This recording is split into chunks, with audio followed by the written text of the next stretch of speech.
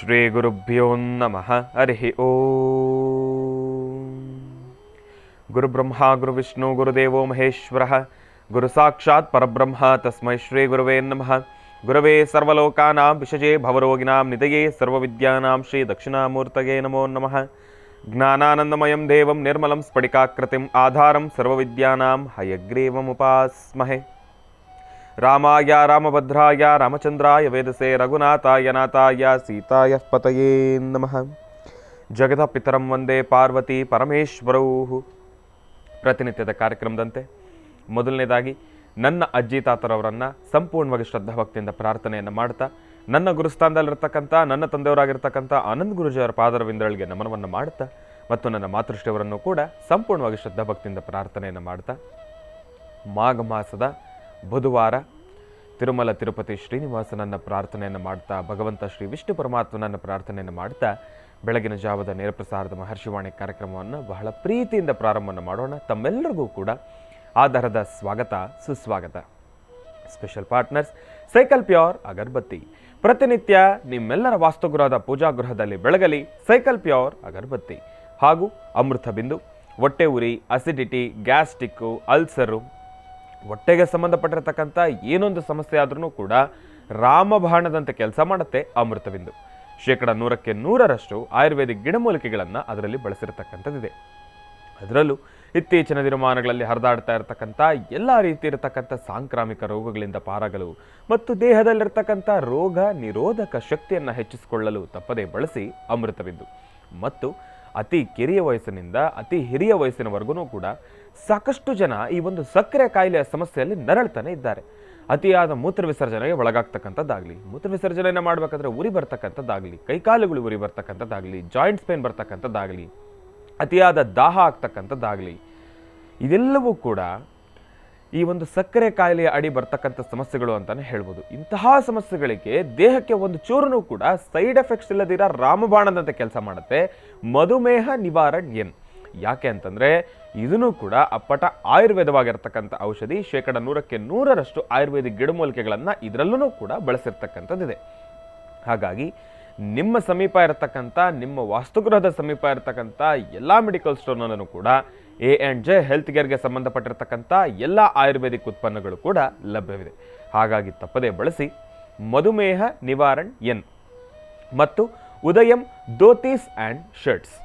ಇನ್ನು ಬಹಳ ವಿಶೇಷವಾಗಿ ಏನು ಗುರುಗಳೇ, ಪ್ರತಿ ಬಾರಿ ಮಧುಮೇಹ ನಿವಾರಣೆ ಆಗಲು ಅಮೃತ ಬಿಂದುನ ಸ್ವೀಕರಿಸಿ ಅಂತ ಹೇಳಿ ಸುಮ್ಮನಾಗ್ಬಿಡ್ತಾ ಇದ್ರಲ್ಲ, ಇವತ್ತೇನು ಮತ್ತೊಮ್ಮೆ, ಯಾಕೆಂದರೆ ಉದಯಂ ಧೋತೀಸ್ ಆ್ಯಂಡ್ ಶರ್ಟ್ಸು ಇವರು ಇತ್ತೀಚಿನ ದಿನಮಾನಗಳಿಂದ ಮಹರ್ಷಿವಾಣಿ ಕಾರ್ಯಕ್ರಮಕ್ಕೆ ಸ್ಪೆಷಲ್ ಪಾರ್ಟ್ನರ್ ಆಗಿರ್ತಕ್ಕಂಥವ್ರಲ್ಲ, ಮೊದಲಿಂದನೂ ಕೂಡ ಆಗಿರ್ತಕ್ಕಂಥವ್ರೆ. ಆದರೆ ಮಧ್ಯದಲ್ಲಿ ಕಾರಣಾಂತರಗಳಿಂದ ಬಿಟ್ಟು ಹೋಗಿರ್ತಕ್ಕಂಥದ್ದು ಇದು ಮತ್ತೆ ಅವರ ಸಂಬಂಧ ಮತ್ತೆ ಬಾಂಧವ್ಯಪೂರ್ವಕವಾಗಿ ಬೆರೆಸಿರ್ತಕ್ಕಂಥದ್ದೇ ಉದಯಂ ಧೋತೀಸ್ ಆ್ಯಂಡ್ ಶರ್ಟ್ಸ್.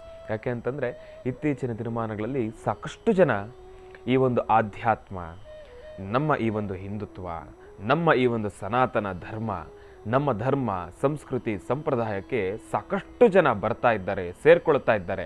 ಒಂದಿಷ್ಟು ಕಡೆ ಬದಲಾಗ್ತಾ ಇರ್ತಕ್ಕಂಥದ್ದು ಉಂಟು, ಒಂದಿಷ್ಟು ಕಡೆ ಸೇರ್ಪಡೆನೂ ಕೂಡ ಉಂಟು. ಆದರೆ ಎಲ್ಲೋ ಒಂದು ಕಡೆ ಹೊರದೇಶದಲ್ಲಿರ್ತಕ್ಕಂಥವ್ರೆಲ್ಲರೂ ಕೂಡ ಈ ಒಂದು ನಮ್ಮ ಸನಾತನ ಧರ್ಮವನ್ನು ಗೌರವಿಸ್ತಾ, ಸನಾತನ ಧರ್ಮದಲ್ಲಿರ್ತಕ್ಕಂಥ ಉಡುಗೆ ತೊಡುಗೆಗಳನ್ನು ಅವರೂ ಕೂಡ ಧರಿಸ್ತಾ, ಆ ಒಂದು ಸೊಗಸಾಗಿರ್ತಕ್ಕಂಥ ಆ ಒಂದು ರೀತಿಯನ್ನು ಅನುಭವಿಸ್ತಾ ಅವರೂ ಕೂಡ ಸಾಕಷ್ಟು ಬದಲಾವಣೆಗಳನ್ನು ನೋಡ್ತಾ ಇದ್ದಾರೆ. ಅದೇ ರೀತಿ ಈ ಒಂದು ಉದಯಂ ಧೋತೀಸ್ ಆ್ಯಂಡ್ ಶರ್ಟ್ಸ್ನಲ್ಲೂ ಕೂಡ ಸಾಕಷ್ಟು ವಿವಿಧ ರೀತಿಯಲ್ಲಿರ್ತಕ್ಕಂಥ ವಸ್ತ್ರಗಳನ್ನು ನಾವು ಗಮನಿಸ್ಕೊಳ್ಬೋದು.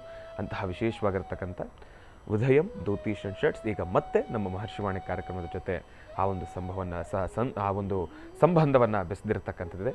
ಒಳ್ಳೆಯದಾಗಲಿ, ಶುಭವಾಗಲಿ. ಇನ್ನು ಇವತ್ತಿನ ದಿವಸ ಬಹಳ ವಿಶೇಷವಾಗಿ ಮಾಘ ಮಾಸದ ಬುಧವಾರ ತಿರುಮಲ ತಿರುಪತಿ ಶ್ರೀನಿವಾಸನನ್ನು ಪ್ರಾರ್ಥನೆಯನ್ನು ಮಾಡತಕ್ಕಂಥ ವಾರ, ಭಗವಂತ ಶ್ರೀ ವಿಷ್ಣು ಪರಮಾತ್ಮನನ್ನು ಆಧರಿಸ್ತಕ್ಕಂಥ ವಾರ, ಆರಾಧನೆಯನ್ನು ಮಾಡತಕ್ಕಂಥ ವಾರ. ಶ್ರೀ ವಿಷ್ಣು ಪರಮಾತ್ಮನ ಸಂಪೂರ್ಣ ಕೃಪಾಶೀರ್ವಾದ ಮಹರ್ಷಿವಾಣಿ ಕಾರ್ಯಕ್ರಮದ ಸಮಸ್ತ ವೀಕ್ಷಕ ಪ್ರಭುಗಳು ತಮ್ಮೆಲ್ಲರಿಗೂ ಕೂಡ ಸೇರಲಿ.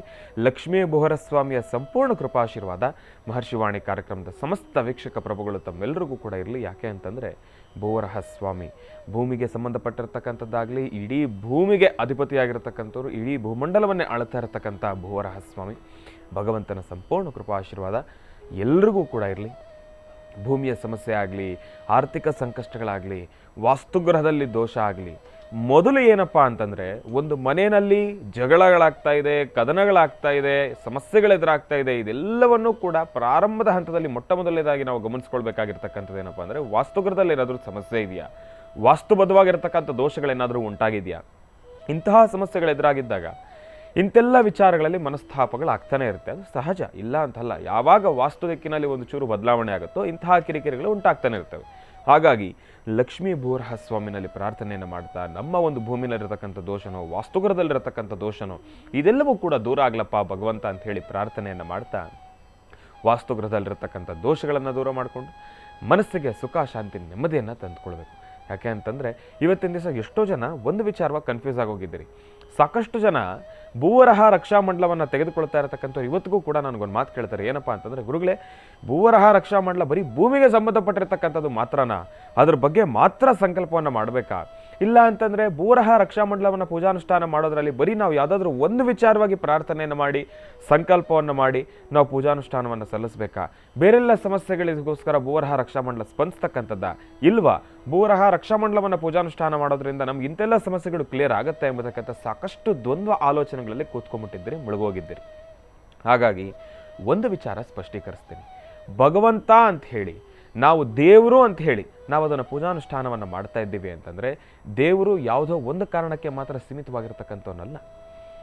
ಏನೇ ಸಮಸ್ಯೆಗಳಾಗಲಿ, ಎಂಥದ್ದೇ ಸಮಸ್ಯೆಗಳಾಗಲಿ, ಆರ್ಥಿಕ ಸಂಕಷ್ಟಗಳಾಗಿರ್ಬೋದು, ವಾಸ್ತುಗೃಹದಲ್ಲಿ ದೋಷವಿರತಕ್ಕಂಥದ್ದಾಗಿರ್ಬೋದು, ಮಾಟ ಮಂತ್ರ ಪ್ರಯೋಗಾದಿಗಳಾಗಿದೆ ಎಂಬತಕ್ಕಂಥದ್ದಿರ್ಬೋದು, ಇಲ್ಲಾಂದರೆ ನಿಮಗೇನು ಮಾನಸಿಕ ಸಮಸ್ಯೆಗಳಿರ್ತಕ್ಕಂಥದ್ದಾಗಿರ್ಬೋದು, ಕೌಟುಂಬಿಕ ಕಲಹಗಳಾಗಿರ್ಬೋದು, ದಾಂಪತ್ಯ ಜೀವನದಲ್ಲಿ ಕಲಹ ಆಗಿರ್ಬೋದು, ಮದುವೆ ಆಗಿಲ್ಲದೆ ಇರ್ತಕ್ಕಂಥವ್ರಾಗಿರ್ಬೋದು, ಮದುವೆ ಆಗಬೇಕಾಗಿರ್ತಕ್ಕಂಥವ್ರಾಗಿರ್ಬೋದು, ಆಗಿದ್ದು ಸಮಸ್ಯೆಗಳನ್ನು ಅನುಭವಿಸ್ತಕ್ಕಂಥವ್ರಾಗಿರ್ಬೋದು, ಆಗಿದ್ದು ಮಕ್ಕಳಾಗಿಲ್ಲದೆ ಇರತಕ್ಕಂಥವ್ರಾಗಿರ್ಬೋದು, ಇಂತೆಲ್ಲ ಸಮಸ್ಯೆಗಳು, ಕೋರ್ಟು ಕಚೇರಿ, ಭೂಮಿಗೆ ಸಂಬಂಧಪಟ್ಟಿರತಕ್ಕಂಥದ್ದು, ಆಸ್ತಿಗಳಿಗೆ ಸಂಬಂಧಪಟ್ಟಿರತಕ್ಕಂಥದ್ದು, ಇದೆಲ್ಲದಕ್ಕೂ ಕೂಡ ಭೂವರಹ ರಕ್ಷಾಮಂಡಲ ಅದೊಂದು ದೇವರು. ನಾವು ಒಂದು ದೇವರ ಮನೋಭಾವದಲ್ಲಿ ಭಗವಂತ ಸಾಲಿಗ್ರಾಮ ರೂಪದಲ್ಲೇ ನಿಮ್ಮ ವಾಸ್ತುಗೃಹದಲ್ಲಿ ನೆಲೆ ನಿಂತಾಗ ಭಗವಂತ ಎಂತಹ ಸಂಕಷ್ಟಗಳನ್ನಾದ್ರೂ ಕೂಡ ನಿವಾರಿಸ್ತಕ್ಕಂಥವನೇ. ಹಾಗಾಗಿ ಭೂವರಹ ರಕ್ಷಾಮಂಡಲವನ್ನು ಯಾರೆಲ್ಲ ಪೂಜೆಯನ್ನು ಮಾಡ್ತಾ ಇದ್ದೀರಿ, ಪೂಜಾನುಷ್ಠಾನವನ್ನು ಮಾಡಬೇಕು ಅಂದ್ಕೊಳ್ತಾ ಇದ್ದೀರಿ, ತಮ್ಮೆಲ್ಲರಿಗೂ ಕೂಡ ಒಂದು ವಿಚಾರ ಸ್ಪಷ್ಟೀಕರಿಸ್ತೀನಿ. ಅಲ್ಲಿ ಭಗವಂತನನ್ನು ತಾವು ತಮ್ಮ ವಾಸ್ತುಗೃಹಕ್ಕೆ ಕರ್ಕೊಂಡು ಹೋಗ್ತಾ ಇದ್ದೀರಿ. ಸಾಲಿಗ್ರಾಮದ ರೂಪದಲ್ಲಿ ಭಗವಂತ ನಿಮ್ಮ ವಾಸ್ತುಗೃಹಕ್ಕೆ ಬರ್ತಾ ಇದ್ದಾರೆ. ಭಗವಂತ ಬಂದು ಕೂತಾಗ ಭಗವಂತನ ಜೊತೆ ನಿಮ್ಮ ಸಮಸ್ಯೆಗಳನ್ನು ತೋಡ್ಕೊಳ್ಳಿ. ಭಗವಂತನ ಜೊತೆ ಒಂದು ಒಳ್ಳೆ ಪ್ರೀತಿ ವಿಶ್ವವಾಗಿರ್ತಕ್ಕಂಥ ಒಂದು ಬಾಂಧವ್ಯವನ್ನು ಬೆಳೆಸ್ಕೊಳ್ಳಿ. ಎಷ್ಟೋ ಜನ ಸಾಲಿಗ್ರಾಮ ತೊಗೊಂಡು ಬಂದು ನಮ್ಗೆ ವಾಪಸ್ ಹಾಕಕ್ಕೆ ಮನಸ್ಸೇ ಆಗ್ತಾ ಇಲ್ಲ, ನಾವು ಹಾಗೆ ಇಟ್ಕೊಂಡು ಪೂಜೆ ಮಾಡ್ತೀವಿ ಅಂತ ಕೇಳ್ತಕ್ಕಂಥವ್ರು ಇದ್ದಾರೆ. ಹಾಗಾಗಿ ಯೋಚನೆ ಮಾಡಬೇಡಿ, ಭಗವಂತನ ಆರಾಧನೆಯನ್ನು ಮಾಡಿ, ಎಲ್ಲವೂ ಕೂಡ ಒಳ್ಳೆಯದಾಗುತ್ತೆ. ಇನ್ನು ಬಹಳ ವಿಶೇಷವಾಗಿ ಇಂದಿನ ಭಾಗದಲ್ಲಿ ತಮ್ಮೆಲ್ಲರೂ ಕೂಡ ಬಹಳ ಪ್ರೀತಿಯಿಂದ ಕಾರ್ಯಕ್ರಮಕ್ಕೆ ಸ್ವಾಗತಿಸಿರ್ತಕ್ಕಂಥದ್ದಾಯಿತು. ಬುಧವಾರ ಶ್ರೀ ವಿಷ್ಣು ಪರಮಾತ್ಮನನ್ನು ಪ್ರಾರ್ಥನೆಯನ್ನು ಕೂಡ ಮಾಡಿದ್ದಾಯಿತು. ಇನ್ನು ಈಗ ನಮ್ಮ ಪ್ರೀತಿಯ ಗುರುಗಳನ್ನು ಕಾರ್ಯಕ್ರಮಕ್ಕೆ ಸ್ವಾಗತಿಸ್ತಕ್ಕಂಥ ಸಮಯ.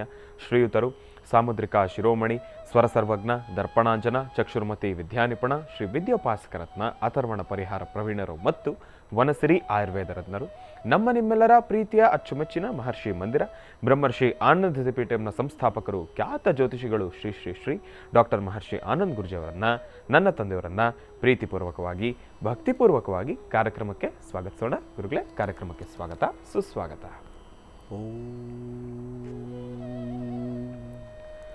ಇದಂ ವಿಷ್ಣುರು ಚಕ್ರಮೇತ್ರೆ ದಹಾನಿಧಿ ಪದಂ ಸಮೂಢಪಸ್ಯಮಾಗಂ ಸುರೇಂ ಕಲ್ಯಾಣಾದ್ಭುತಗಾತ್ರಾತ್ ಕಾಮಿಧಾರ್ಥಪ್ರದಾಯಿನೀಂ ಶ್ರೀಮದ್ವೆಂಕಟನಾಥಾಯಾಂ ಶ್ರೀನಿವಾಸಾಯ ಮಂಗಳಂ. ವೆಂಕಟೇಶೋ ವಾಸುದೇವೋ ಪ್ರದ್ಯುಮ್ನೋ ವಿತವಿಕ್ರಮಃ ಸಂಕರ್ಷಣಾನುರ್ಧಶ್ಚ ಶೇಷಾದ್ರಿಪತಿರೇವ ಚ. ಗೋವಿಂದ ಗೋವಿಂದ.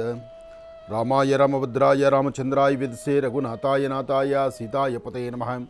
ಜಾನಕಿ ರಾಮಪಟ್ಟಾಭಿರಾಮ ಶ್ರೀರಾಮ ರಾಮ ರಾಮತಃ ಶ್ರೀಮದ್ಮಹಾರಾಮಚಂದ್ರಸ್ವಾಮಿನೇ ನಮಃ. ಶ್ರೀರಾಮಾಯ ನಮಃ ಶ್ರೀರಾಮಾಯ ನಮಃ ಶ್ರೀಮದ್ಮಹಾರಾಮಚಂದ್ರಸ್ವಾಮಿನೇ ನಮೋ ನಮಃ. ಸಹಸ್ರಜೀವೃಷಾ ಪುರುಷಃ ಸಹಸ್ರಾಕ್ಷ ಸಹಸ್ರಪಾತ್ ಸಭೋಮಿಂ ವಿಶ್ವದೌರತ್ವಾತ್ಯತಿಷ್ಠದಶಾಂಗುಲಂ ಪುರುಷ ಏವೇದಕಂ ಸರ್ವಂ ಯದ್ಭೂತಂ ಯದ್ಯಭವ್ಯಂ ಉತಾಮೃತಸ್ವಸ್ತೆ ಶಾನಃ. ಶ್ರೀಂ ಮಹಾವಿಷ್ಣುವೇ ನಮೋ ನಮಃ. ವೆಂಕಟೇಶೋ ವಾಸುದೇವೋ ಪ್ರದ್ಯುಮ್ನೋ ವಿತವಿಕ್ರಮಃ ಸಂಕರ್ಷಣಾನುರ್ಧಶ್ಚ ಶೇಷಾದ್ರಿಪತಿರೇವ ಚ. ರಾಮಾಯ ರಾಮಭದ್ರಾಯ ರಾಮಚಂದ್ರಾಯ ವೇದಸೇ ರಘುನಾಥಾಯ ನಾಥಾಯ ಸೀತಾಯ ಪತಯೇ ನಮಃ. ಜಾನಕಿ ರಾಮಪಟ್ಟಾಭಿರಾಮ ಶ್ರೀರಾಮ ರಾಮ ರಾಮತಃ ಶ್ರೀಮದ್ಮಹಾರಾಮಚಂದ್ರಸ್ವಾಮಿನೇ ನಮೋ ನಮಃ. ಅಯೋಧ್ಯಾನಗರ ವಾಸಿ ಶ್ರೀರಾಮಚಂದ್ರನ ಕೃಪಾಶೀರ್ವಾದ ಇವತ್ತು ನಾಡಿನ ದೇಶದ ಸಮಸ್ತರ ಮೇಲೂ ಸಹಿತ ವಿಶೇಷವಾದಂಥ ರೀತಿ ರಾರಾಜಿಸ್ತಾ ಇದೆ. ಸಾಕಷ್ಟು ಜನ ಭಕ್ತರು, ಲಕ್ಷಾಂತರ ಭಕ್ತರು ಈಗಾಗಲೇ ಸ್ವಾಮಿಯನ್ನು ದರ್ಶನ ಮಾಡಿಕೊಂಡು ಬಂದಿದ್ದಾರೆ. ನೋಡಿ, ಮುಹೂರ್ತ ಬಲ ಎಂಬತಕ್ಕಂಥದ್ದು ಇದೆಯಲ್ಲ, ಈ ಮುಹೂರ್ತದ ಬಲಕ್ಕೋಸ್ಕರನೇ ಎಲ್ಲರೂ ಕಾತುರತೆಯಿಂದ ಕಾಯುವಂಥದ್ದು. ಒಂದು ಮದುವೆ ಮಾಡಬೇಕಾದ್ರೆ, ಒಂದು ಗೃಹ ಪ್ರವೇಶ ಮಾಡಬೇಕಾದ್ರೆ, ಒಂದು ಯಾವುದೇ ಒಂದು ಶುಭ ಕಾರ್ಯ ಮಾಡಬೇಕಾದ್ರೂ ಆ ಮುಹೂರ್ತ ಕ್ರಮಬದ್ಧವಾಗಿರಬೇಕು ಅಂತ. ವಿಗ್ರಹದಲ್ಲಾಗಲಿ ಅಥವಾ ಕಟ್ಟಡದಲ್ಲಾಗಲಿ ಅಥವಾ ಮತ್ಯಾವುದೋ ಒಂದು ವಿಚಾರದಲ್ಲಾಗಲಿ ಅಲ್ಲಿ ಆಕರ್ಷಿತವಾಗಿ ನಿಲ್ತಕ್ಕಂಥದ್ದಲ್ಲ. ಮೊದಲು ನಾವು ತಿಳ್ಕೊಳ್ಬೇಕಾಗಿರ್ತಕ್ಕಂಥದ್ದು ಮುಹೂರ್ತ ಬಲ. ಹಾಗಾಗಿ ಹಿರಿಯರು ಹೇಳ್ತಾರೆ, ತಿಳಿದಿರ್ತಕ್ಕಂತಹ ಅನುಭವಸ್ಥರು ಹೇಳ್ತಾರೆ, ಮುಹೂರ್ತವನ್ನು ಇಟ್ಟಾಗ ಆ ಮುಹೂರ್ತವನ್ನು ಸಾಧ್ಯವಾದಷ್ಟು ಮಟ್ಟಿಗೆ ಸಾಧನೆಯನ್ನು ಮಾಡಿ ಅಂತ. ಅಂದರೆ ಆ ಮುಹೂರ್ತದಲ್ಲೇ ಆ ಕೆಲಸ ಆಗೋಗಬೇಕು. ಆದರೆ ಮುಹೂರ್ತ ಅದು ಆಗದಿದ್ದ ಹಾಗೆ ಅದಕ್ಕೊಂದು ಅಡೆತಡೆಗಳು ಬರ್ತಕ್ಕಂಥದ್ದು, ಆ ಸನ್ನಿವೇಶದಲ್ಲಿ ಬೇರೆ 108 ಥರ ಸಮಸ್ಯೆಗಳೆದುರಾಗುವಂಥದ್ದು ಆಗೇ ಆಗುತ್ತೆ. ಒಂದು ಒಳ್ಳೆಯ ಮುಹೂರ್ತದಲ್ಲಿ ಮಾಂಗಲ್ಯ ಧಾರಣೆ ಆದರೆ ಆ ಕುಟುಂಬ, ಆ ಒಂದು ಸನ್ನಿವೇಶ ನಿರಂತರವಾದಂಥ ರೀತಿ ಹಸನ್ಮುಖಿಯಾಗಿ ನಗುಮುಖದಲ್ಲಿರುತ್ತೆ. ಅದೇ ಒಂದು ಮಾಂಗಲ್ಯ ಧಾರಣೆ ಆಗುವ ಸಮಯ ಸ್ವಲ್ಪ ಹೆಚ್ಚು ಕಮ್ಮಿ ಆಯಿತು ಅಂದರೆ ಆ ಮುಹೂರ್ತಕ್ಕೆ ಬಲನೇ ಇಲ್ದಂಗೆ ಹೊರಟೋಗುತ್ತೆ. ಕೆಲವು ದೇವಾಲಯಗಳನ್ನು ನೋಡಿ, ಕೆಲವು ಪುಣ್ಯಕ್ಷೇತ್ರಗಳನ್ನ ನೋಡಿ, ನಿರಂತರವಾದಂಥ ರೀತಿ ಜನಸಾಗರ ಬಂದೇ ಬರುತ್ತೆ. ಭಗವಂತನ ದರ್ಶನಕ್ಕೋ ಅಥವಾ ಅನ್ನಪ್ರಸಾದಕ್ಕೋ ಯಾವ ಮುಹೂರ್ತದಲ್ಲಿ ಅನ್ನಪ್ರಸಾದ ಶುರುವಾಗುತ್ತೋ, ಯಜ್ಞೇಶ್ವರನ ಪ್ರಾರ್ಥನೆ ಮಾಡಿ ಅಲ್ಲಿ ಅನ್ನವನ್ನು ಬಡಿಸ್ಲಿಕ್ಕೆ ಶುರು ಮಾಡ್ತಾರೋ ಆ ಮುಹೂರ್ತ ಬಲ ಗಟ್ಟಿಯಾಗಿತ್ತು ಅಂದರೆ ನಿತ್ಯ ನಿರಂತರವಾಗಿ ಅನ್ನದಾಸೋಹ ಆಗುತ್ತೆ. ಒಂದು ಭೂಮಿಯಲ್ಲಿ ಹಾಕ್ತಕ್ಕಂಥ ಬೆಳೆ ಬಿತ್ತನೆ, ನೀವು ಹಾಕುವ ಬೀಜ, ನಿಮ್ಮ ಹಸ್ತದಿಂದ ನಿಮ್ಮ ಕೈಯಿಂದ ಬೀಜ ಭೂಮಿ ಮೇಲೆ ಬೀಳುವಂಥ ಮುಹೂರ್ತ ಇದೆಯಲ್ಲ, ಅದು ಬಹಳ ವಿಶೇಷವಾಗಿರಬೇಕು. ಒಬ್ಬ ರೈತರು ಇದನ್ನು ಅರ್ಥ ಮಾಡ್ಕೋಬೇಕು. ಹಾಗೆ ಯಾವುದೇ ವಿಚಾರ ಆಗಲಿ, ಒಂದು ಆಫೀಸ್ ಇರಲಿ, ಒಂದು ಕಟ್ಟಡ ಇರಲಿ, ಒಂದು ಕೆಲಸ ಇರಲಿ, ಒಂದು ಯಾವುದೇ ಒಂದು ಉದ್ಯೋಗ ಇರಲಿ, ಆ ಮುಹೂರ್ತ ಬಲ ಅಂತಕ್ಕಂಥದ್ದು ಬಹಳ ಮುಖ್ಯವಾಗಿರ್ತಕ್ಕಂಥದ್ದು. ಆದರೆ ಒಂದಷ್ಟು ಜನ ಹೇಳ್ತಾರೆ, ನಾನು ಯಾವ ಮುಹೂರ್ತವೂ ನೋಡಲಿಲ್ಲಪ್ಪ, ನಾನು ಏನೂ ಯಾರನ್ನೂ ಕೇಳಲಿಲ್ಲ, ನೋಡು ನಾನು ದಿನ ದಿನ ಅಭಿವೃದ್ಧಿ ಆಗಿಲ್ವಾ? ಆಗಿದ್ದೀರಿ. ನಿಮಗೆ ಅರಿವಿಲ್ಲದಂಥ ರೀತಿ ನಿಮ್ಮ ಪ್ರಾರಂಭ ಕ್ಷಣವನ್ನು ಸರಿಯಾದ ರೀತಿ ಗಮನಿಸಿದ್ರೆ ಆ ಮುಹೂರ್ತದಲ್ಲಿ ಅಂಥದ್ದೊಂದು ಬಲ ಇರುತ್ತೆ. ಕೆಲವು ಮುಹೂರ್ತಗಳಲ್ಲಿ ನಮ್ಮ ಶ್ರಮ ಬೇಕು, ಕೆಲವು ಮುಹೂರ್ತಕ್ಕೆ ನಮ್ಮ ಶ್ರಮನೇ ಬೇಡ, ಅದು ದೈವದತ್ತವಾಗಿ ದೇವರ ಆಶೀರ್ವಾದದಲ್ಲಿರುತ್ತೆ. ಅಂದರೆ ಕೆಲವಷ್ಟು ತಿಥಿವಾರ ನಕ್ಷತ್ರಕ್ಕೆ ಅಂತಹದ್ದೊಂದು ಬಲ ಇದೆ. ಈಗ ಸಾರ್ವತ್ರಿಕವಾಗಿ ಹೇಳ್ತಾರೆ ಕೆಲವಷ್ಟು ಮಹಾನಕ್ಷತ್ರಗಳು ಅಂತ. ಆ ಮಹಾನಕ್ಷತ್ರಗಳಲ್ಲಿರ್ತಕ್ಕಂಥ ವ್ಯಕ್ತಿಗಳಿಗೆ ಗಂಡಿನ ಜಾತಕವನ್ನು ನೋಡಬೇಕಾದ್ದೇ ಇಲ್ಲ. ಕೆಲವು ಹೆಣ್ಮಕ್ಕಳ ನಕ್ಷತ್ರ ಮಹಾನಕ್ಷತ್ರ ಆದರೆ ಆ ನಕ್ಷತ್ರ ಮಹಾನಕ್ಷತ್ರಕ್ಕೆ ಜೋಡಿಸಬೇಕಾದ್ರೆ ಗಂಡು ಮಕ್ಕಳ ನಕ್ಷತ್ರವನ್ನು, ಗಂಡು ಹುಡುಗರ ನಕ್ಷತ್ರವನ್ನು ಅಲ್ಲಿ ಜಾತಕ ನೋಡಬೇಕಾದ್ರೆ ಹುಡುಗಿದು ಏನಾದರೂ ಮಹಾನಕ್ಷತ್ರ ಆಗಿದ್ದರೆ ಹುಡುಗರ ನಕ್ಷತ್ರ ನೋಡೋ ಅವಶ್ಯಕತೆ ಇಲ್ಲ, ಪಂಚಾಂಗ ಕೈ ಎತ್ಕೊಳ್ಳೋದೇ ಇಲ್ಲ. ಜೊತೆಗೆ ಆ ಜಾತಕಗಳು ನೋಡಬೇಕಾದ ಅವಶ್ಯಕತೆ ಇಲ್ಲ. ಯಾಕೆಂದರೆ ಆ ಹೆಣ್ಣುಮಗಳಲ್ಲಿ ಅಂತಹದ್ದೊಂದು ಬಲ ಇರುತ್ತೆ. ಆ ಹೆಣ್ಣಿಗೆ, ಆ ವಧುವಿಗೆ ಅಂತಹದ್ದೊಂದು ಆ ರಾಶಿಯಲ್ಲಿ, ಆ ನಕ್ಷತ್ರದಲ್ಲಿ, ಆ ಲಗ್ನದಲ್ಲಿ, ಆ ಮುಹೂರ್ತದಲ್ಲಿ ಹುಟ್ಟಿರ್ತಕ್ಕಂಥ ಹೆಣ್ಣು ಮಕ್ಕಳಿಗೆ ಆ ಶಕ್ತಿ ಇರುತ್ತೆ. ಅವರು ತಂದೆ ತಾಯಿ ಮನೆಗೆ ಇರುವಷ್ಟು ದಿವಸ ಒಂಥರ ಆದರೆ ಗಂಡನ ಮೇಲೆ ಸೇರಿದ ತಕ್ಷಣ ಅದು ಮತ್ತೊಂದು ವಿಧಿವಿಧಾನನೇ ಬದಲಾಗ್ಬಿಡುತ್ತೆ. ಅದೇ ಕೆಲವರು ನಕ್ಷತ್ರ ನೋಡಿ, ಕೆಲವರು ಮುಹೂರ್ತ ಇಡ್ತಾರೆ ಪುಣ್ಯಾತಮರು. ಆ ಇಟ್ಟಂಥ ಮುಹೂರ್ತದಲ್ಲಿ ಸಾಧನೆ ಆಯಿತು ಅಂದರೆ, ಅಲ್ಲಿ ಮಾಂಗಲ್ಯ ಧಾರಣೆ ಆಗೋಯ್ತು ಅಂದರೆ, ಮಾಂಗಲ್ಯ ಧಾರಣೆ ಆಗಿ ಛತ್ರವನ್ನು ಖಾಲಿ ಮಾಡಿಕೊಂಡು ಬರೋಕ್ಕೆ ಮೊದಲೇ ಛತ್ರದಲ್ಲೇ ಗಲಾಟೆ ಶುರು, ಅಲ್ಲೇ ವ್ಯಾಜ್ಯಗಳು ಶುರು. ಅಲ್ಲಿ ವ್ಯಾಜ್ಯ ಪ್ರಾರಂಭ ಆಗೋದಿಲ್ಲಪ್ಪ ಅಂದರೆ ಹುಡುಗಿನ ನಂತರ ಕರ್ಕೊಂಬಂದುಬಿಡಿ ಅನ್ನೋದು. ಅಂದರೆ ಮದುವೆ ಆದಮೇಲೆ, ಆ ಮದುವೆ ಆದ ನಂತರ ಛತ್ರದಿಂದ ನೇರವಾಗಿ ಹೆಣ್ಣು ಮಗಳು ಗಂಡನ ಮನೆಗೆ ಹೋಗಬೇಕು, ಇದು ಶಾಸ್ತ್ರ. ಆದರೆ ಅಲ್ಲಿ ಶುರುವಾಗುವಂಥ ಗಲಾಟೆ ಹೇಗಿರುತ್ತೆ ಅಂದರೆ, ನಂತರ ಕೂತ್ಕೊಂಡು ಮಾತಾಡೋಣ, ಅನಂತರ ಕರ್ಕೊಂಡು ಬನ್ನಿ, ನಂತರ ಕೂತು ಮಾತಾಡೋಣ, ಅನಂತರ ಕರ್ಕೊಂಡು ಬನ್ನಿ ಅನ್ನೋ ಮಾತು ಬಂತು ಅಂದರೆ ಅವಳ ಜೀವನಕ್ಕೆ ಒಂದು ದೊಡ್ಡದಾದಂಥ ಒಂದು ಬರೆ ಬಿತ್ತು ಅಂತ. ಶ್ರಮಪಟ್ಟು ಕಷ್ಟಪಟ್ಟು ಸಂಪಾದನೆ ಮಾಡಿ ಸಾಲ ಸೋಲ ಮಾಡಿ ಮಕ್ಕಳ ಮದುವೆ ಮಾಡಿ ಆ ಹೆಣ್ಣುಮಗಳನ್ನು ಆ ಗಂಡನ ಮನೆ ಕಳಿಸುವಂಥ ಕಾಲದಲ್ಲಿ ಇಂಥದ್ದೊಂದು ವಾಕ್ಯ ಬಂದುಬಿಟ್ರೆ ಅದೆಷ್ಟು ದೊಡ್ಡ ಆಭಾಸ ಆಗುತ್ತೆ. ಅದಕ್ಕಾಗಿ ಪ್ರತಿಯೊಬ್ಬರು ಆಲೋಚನೆ ಮಾಡಬೇಕು. ಈ ನಾನು ನಂದು ಎಂಬತಕ್ಕಂಥ ಮದಮಾತ್ಸರ್ಯಗಳಿದೆಯಲ್ಲ, ಅದನ್ನು ಬಿಟ್ಟು ಈ ಮುಹೂರ್ತವನ್ನು ಸಾಧನೆ ಮಾಡಬೇಕು. ನೋಡಿ, ಅಯೋಧ್ಯಾಪತಿ ಪ್ರಭು ಶ್ರೀ ರಾಮಚಂದ್ರ, ಆ ರಾಮಚಂದ್ರ ಎಂಬತಕ್ಕಂತಹ ರಾಮನ ನಾಮದಲ್ಲಷ್ಟು ಶಕ್ತಿ ಇದೆ. ರಾಮ ಹುಟ್ಟಕ್ಕೆ ಮೊದಲೇ ರಾಮನಾಮಕ್ಕೆ ಆ ಶಕ್ತಿ ಇತ್ತು ಅಂತಲೂ ಹೇಳ್ತಾರೆ ಒಂದಷ್ಟು ಜನ. ಅಂದರೆ ಆ ರಾಮ ಎಂಬತಕ್ಕಂಥ ಪದಕ್ಕೆ ಅಷ್ಟು ಅದ್ಭುತವಾದ ಶಕ್ತಿ. ಆ ಸ್ವಾಮಿಯ ಮೂಲ ಸಾನ್ನಿಧ್ಯದಲ್ಲಿ ಆ ವಿಗ್ರಹವನ್ನು ಪ್ರತಿಷ್ಠಾಪನೆ ಮಾಡುವ ಆ ಸುಂದರ ಗಳಿಗೆ ಇತ್ತಲ್ಲ, ನಾವು ನೀವು ನೋಡುವಂಥದ್ದೇನಪ್ಪ ಅಂದರೆ ಚಿತ್ರೀಕರಣ ಆದ ಮೇಲೆ ಅಥವಾ ಪ್ರಧಾನಿಗಳು ಬಂದ ಮೇಲೆ ಅಥವಾ ಯಾರೋ ಒಂದಷ್ಟು ಜನ ವೇದ ಪಂಡಿತರು ಅಥವಾ ಸಾಧು ಸಂತರೋ ಗುರುಗಳು ಹಿರಿಯರು ಅವ್ರು ಬಂದು ನಿಂತಾಗ ಒಂದಷ್ಟು ನೋಡ್ತಾರೆ, ಒಂದು ತೆರೆ ಎಳಿತಕ್ಕಂಥದ್ದು ಅಥವಾ ಅಲ್ಲಿ ಆಗಿರ್ತಕ್ಕಂಥ ಒಂದಷ್ಟು ಸುಂದರವಾದ ಕ್ಷಣಗಳ ಮಾತ್ರ ನಮ್ಮ ಮುಂದೆ ಪ್ರಚಾರಕ್ಕೆ ಬರುತ್ತೆ. ಇದನ್ನು ದಾಟಿ ಅದರ ಹಿಂದಿನ ಪ್ರಕ್ರಿಯೆಗಳಿದೆಯಲ್ಲ, ಒಂದು ಸಾಧನೆಗಳಿದೆಯಲ್ಲ, ಒಂದು ದೇವರ ಪ್ರತಿಷ್ಠಾಪನೆ ಮಾಡಬೇಕು ಅಂದರೆ ಅದರ ಪೂರ್ವಭಾವಿಯಾಗಿ ಏನೆಲ್ಲ ಅನುಷ್ಠಾನಗಳಿದೆಯಲ್ಲ, ಅದೆಲ್ಲವೂ ಕ್ರಮಬದ್ಧವಾಗಿ ನಡೆದ ಮೇಲೇ ಸ್ವಾಮಿನ ಹೊರಗಡೆ ಪ್ರಪಂಚಕ್ಕೆ ತೋರಿಸ್ತಕ್ಕಂಥದ್ದು. ಅಂದರೆ ಆ ಗಳಿಗೆ ಇದೆಯಲ್ಲ, ಮುಹೂರ್ತ ಗಳಿಗೆ, ಆ ಒಂದು ಭೂಸ್ಪರ್ಶ ಆಗುವಂಥದ್ದು, ವಿಗ್ರಹ ಎಲ್ಲೋ ತಯಾರಾಗುತ್ತೆ, ಆ ಭೂಮಿಯಲ್ಲಿ, ಆ ಸ್ಥಳದಲ್ಲಿ, ಆ ಸಾನ್ನಿಧ್ಯದಲ್ಲಿ, ಅದರಲ್ಲೂ ಆ ಕೇಂದ್ರದಲ್ಲಿ, ಕೇಂದ್ರ ಬಿಂದುವಿನಲ್ಲಿ, ಆ ಬಿಂದುವಿನ ಮಧ್ಯಭಾಗದಲ್ಲಿ ಸ್ವಾಮಿಯ ನೇತ್ರ, ಎರಡೂ ಕಣ್ಣುಗಳ ಮಧ್ಯದಲ್ಲಿರ್ತಕ್ಕಂಥ ನೇತ್ರದ ಒಂದು ಪ್ರಧಾನ ಭಾಗ ಏನಿದೆ, ಆ ಹುಬ್ಬಿನ ಮಧ್ಯಭಾಗ, ಅದು ಆ ಸ್ಫುಟಕ್ಕಿಟ್ಟಂಗೆ ಕರೆಕ್ಟಾಗಿ ಅಲ್ಲೇ ಇರಬೇಕು. ದಿಕ್ಕೂ ಬದಲಾಗಬಾರ್ದು. ಸ್ವಾಮಿಯ ನೋಡುವಂತಹ ದಿಕ್ಕು, ವಾಸ್ಕಲಿಡುವಂತಹ ದಿಕ್ಕು, ಇವೆಲ್ಲವೂ ಸಹಿತ ಬಹಳ ವಿಶೇಷವಾಗಿರುತ್ತೆ. ಆದರೆ ಕೆಲವು ನಾವೇನು ಮಾಡ್ತೀವಿ, ತುಂಬ ಶ್ರಮಿಸ್ತೀವಿ, ತುಂಬ ಕಷ್ಟಪಟ್ಟು ಏನೆಲ್ಲ ಮಾಡಬೇಕು ಅಂತ ಮುಂದೆ ನಡೀತೀವಿ. ಆ ಸಣ್ಣ ಸಣ್ಣ ವಿಚಾರಗಳಿಗೆ ನೆಗ್ಲೆಕ್ಟ್ ಮಾಡಿಬಿಡ್ತೀವಿ. ಸಣ್ಣ ಸಣ್ಣ ವಿಚಾರಗಳನ್ನು ನಾವು ಮಧಾಂಧರಾಗಿ ದೂರ ಮಾಡ್ತೀವಿ. ಅದಾಗಬಾರ್ದು. ಕೆಲವು ಕಡೆ ನಾವು ಅಂಜಲಿಬದ್ಧರಾಗಿ ಹನುಮನ ನೋಡಬೇಕು. ಹನುಮ ಎಂತಹ ಪರಿಕ್ರಮ, ಆ ಥರ ಎಂತಹದ್ದೊಂದು ಅದ್ಭುತವಾದ ಶಕ್ತಿ ಇದೆ. ಅಷ್ಟು ಶಕ್ತಿ ಇದ್ದರೂ ಸಹಿತ ಒಂದು ದಿವಸಕ್ಕೂ ರಾಮನ ಮುಂದೆ ಆತ ಎದೆ ನಿಮ್ಮರಿಸ್ಕೊಂಡು ನಿಂತ್ಕೊಳ್ಳಿಲ್ಲ. ಪ್ರತಿ ಕಾಲದಲ್ಲೂ ಸಹಿತ ಅಂಜಲಿಬದ್ಧನಾಗಿದ್ದ, ಕೈ ಕಟ್ಟದ, ತಲೆ ಬಗ್ಗಿಸಿದ್ದ, ಸಂಪೂರ್ಣವಾಗಿ ತನ್ನ ಎದೆಯನ್ನು ಬಗ್ಗಿಸ್ಕೊಂಡು ನಿಂತ್ಕೊಂಡಿದ್ದ. ಯಾಕೆಂದರೆ ಹನುಮ ಯಾವತ್ತೂ ಹಾಗಿದ್ದಿದ್ದರಿಂದಲೇ ರಾಮನ ಹೃದಯದಲ್ಲಿ ಅಂಥದ್ದೊಂದು ಸ್ಥಾನಮಾನ ಸಿಕ್ತು. ರಾಮನ ಆ ಸಂಪೂರ್ಣವಾದಂತಹ ಜವಾಬ್ದಾರಿ ಮುಗಿಸಿ ತಾನು ವೈಕುಂಠದತ್ತ ಪಯಣ ಬೆಳೆಸಬೇಕಾದ್ರೆ ಹನುಮನ ಬಿಟ್ಟು ನಡೆಯೋದು ರಾಮನ ಕಷ್ಟ ಆಯಿತು. ಅಂದರೆ ರಾಮ ಮತ್ತು ಹನುಮನ ಮಧ್ಯದಲ್ಲಿ ಅಂತಹ ಒಂದು ಬಾಂಧವ್ಯ ಇತ್ತು. ಆ ಬಾಂಧವ್ಯ, ಭಕ್ತಿ, ತಂದೆ ಮಕ್ಕಳ ಬಾಂಧವ್ಯ ಅಥವಾ ಗುರು ಶಿಷ್ಯರ ಅನುಬಂಧ, ಇದು ರಾಮನೇ ಬಿಟ್ಟು ತಾನು ವೈಕುಂಠಕ್ಕೆ ಹೊರಡಬೇಕಾದ್ರೆ ಇಂತಹ ಅದ್ಭುತವಾದಂಥ ಒಬ್ಬ ಶಿಷ್ಯನ, ಇಂತಹ ಒಬ್ಬ ಸೇವಕನ, ಇಂತಹ ಒಬ್ಬ ಮಗನಿಗಿನ ಹೆಚ್ಚಿನಾಗಿರ್ತಕ್ಕಂಥ ಹನುಮನ್ನ ನಾನು ಹೇಗಪ್ಪ ಬಿಟ್ಟು ವೈಕುಂಠಕ್ಕೆ ಹೊರಡೋದು, ಅಥವಾ ಇವನ್ನೂ ಕರ್ಕೊಂಡು ಹೊರಟುಬಿಡೋಣ ಅನ್ನೋ ಮಟ್ಟಿಗೆ ರಾಮನ ಚಿಂತನೆ ಇತ್ತಂತೆ. ಅಂದರೆ ಅಲ್ಲಿ ಭಕ್ತಿ ಅಂತಕ್ಕಂಥ ಅಷ್ಟು ಪ್ರಧಾನವಾದ್ದು. ಒಂದು ದಿವಸಕ್ಕೂ ಹನುಮ ರಾಮನ ಮುಂದೆ ನಿಂತು ಆ ಗತ್ತನ್ನು ನೋಡಿಸ್ತಿಲ್ಲ. ಯಾಕೆಂದರೆ ಅಪಾರವಾದಂತಹ ಪರಿಕ್ರಮಿ. ನೋಡಿ, ರಾಮ ತನ್ನ ಅರ್ಧಾಂಗಿಯಾದಂಥ ಸೀತೆಯನ್ನು ಅಲ್ಲಿ ರಾವಣ ಕರ್ಕೊಂಡು ಹೋದಾಗಲೂ ಸಹಿತ ರಾಮನಿಗೆ ಅರಿವಿಲ್ವಾ, ರಾಮನಿಗೆ ಗೊತ್ತಾಗೋದಿಲ್ವಾ? ರಾಮ ಎಂಥ ಪರಿಕ್ರಮಿ. ರಾಮ ಎಲ್ಲಿ ಕೂತರು ಮುಂದೆ ಏನಿದೆ ಅಂತಕ್ಕಂಥದ್ದು ನೋಡೋ ಶಕ್ತಿ ಇದೆ. ಆದರೆ ಅಲ್ಲಿ ನಡಿಬೇಕಾಗಿರ್ತಕ್ಕಂಥ ರಾಮಾಯಣದ ಕಥೆ ಇದೆ. ಹಾಗಾಗಿ ಹನುಮನಲ್ಲಿದ್ದಂಥ ಶಕ್ತಿಯನ್ನು, ಆ ಶಕ್ತಿಯನ್ನು, ಹನುಮನಲ್ಲಿದ್ದಂಥ ಶಕ್ತಿಯನ್ನು ಅಲ್ಲಿ ಕಿಷ್ಕಿಂಧೆಯಲ್ಲಿರ್ತಕ್ಕಂಥ ಎಲ್ಲ ವಾನರರು ಸೇರಿ ನಿನ್ನಲ್ಲಿ ಅದ್ಭುತವಾದಂಥ ಶಕ್ತಿ ಇದೆ ಅನ್ನೋದಕ್ಕೋಸ್ಕರನೇ ಆತ ಸಮುದ್ರವನ್ನು ಹಾರಿದ್ದು. ಹಾಗೆ ಪ್ರತಿಯೊಬ್ಬರಲ್ಲೂ ಶಕ್ತಿ ಇರುತ್ತೆ. ಆ ಶಕ್ತಿ ಇರತಕ್ಕಂಥದ್ದನ್ನು ಹೇಗೆ ಉಪಯೋಗಿಸ್ಕೋಬೇಕು, ಯಾವ ಕ್ರಮವನ್ನು, ಎಲ್ಲಿ ನಾವು ಅಂಜಲಿಬದ್ಧರಾಗಿರಬೇಕು, ಎಲ್ಲಿ ತಲೆಬಗ್ಗಿಸಿ ನಿಂತ್ಕೋಬೇಕು, ಯಾವುದನ್ನು ನಾವು ಹೆಚ್ಚಿನಾದ ರೀತಿ ಆರಾಧಿಸಬೇಕು, ಆ ಚಿಂತನೆಯನ್ನು ಮಾಡಿದ್ರೆ ಪ್ರಭು ಅಯೋಧ್ಯಾನಗರ ವಾಸಿ ಶ್ರೀ ರಾಮಚಂದ್ರನ ಕೃಪೆ ರಾಜ್ಯ ದೇಶದ ಸಮಸ್ತರ ಮೇಲೂ ಇರುತ್ತೆ. ಒಳ್ಳೆಯದಾಗಲಿ, ಶುಭವಾಗಲಿ. ಇನ್ನು ಬಹಳ ವಿಶೇಷವಾಗಿ ಮಹರ್ಷಿ ಧರ್ಮಯಾತ್ರೆ, ಅದ್ರ ಬಗ್ಗೆ ಅಂತೂ ನಾನು ತಿಳಿಸಲೇಬೇಕು. ಮಹರ್ಷಿ ಧರ್ಮಯಾತ್ರೆ ನಿರಂತರವಾಗಿ, ನಿರ್ಗಳವಾಗಿ ನೆರವೇರ್ಕೊಂಡು ಬರ್ತಾ ಇದೆ. ವಿಭಿನ್ನ ಭಾಗಗಳಲ್ಲಿ ನಾನಾ ರೀತಿಗಳಲ್ಲಿರ್ತಕ್ಕಂಥ ಕಾರ್ಯಕ್ರಮಗಳನ್ನು ನೆರವೇರಿಸ್ಕೊಂಡು ಬರ್ತಾನೆ ಇದೆ. ಅದೇ ರೀತಿ ನಾಳೆ 7ನೇ ತಾರೀಕು ಗುರುಜಿಯವರು ಬಹಳ ವಿಶೇಷವಾಗಿರ್ತಕ್ಕಂಥ ಒಂದು ಕಾರ್ಯಕ್ರಮಕ್ಕೆ ಆಗಮಿಸ್ತಿದ್ದಾರೆ. ಈ ಒಂದು ಕಾರ್ಯಕ್ರಮ ನೆರವೇರ್ತಾ ಇರತಕ್ಕಂಥ ಸಾನ್ನಿಧ್ಯ ಬಂದು ಅಶ್ವತ್ಥಕಟ್ಟೆ ಚಾಮುಂಡೇಶ್ವರಿ ಬಡಾವಣೆ, ವಿದ್ಯಾರಣ್ಯಪುರ ಅಂಚೆ.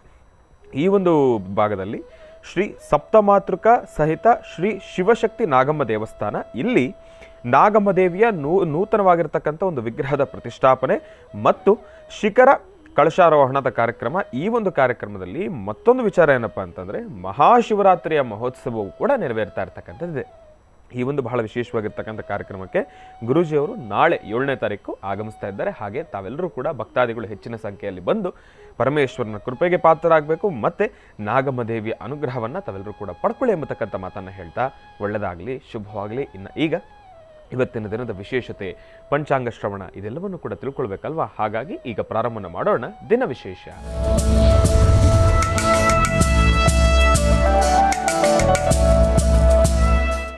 ಗುರುಗಳೇ, ಇವತ್ತಿನ ದಿನದ ವಿಶೇಷತೆ ಹಾಗೂ ಪಂಚಾಂಗ ಶ್ರವಣ. ಖಂಡಿತ.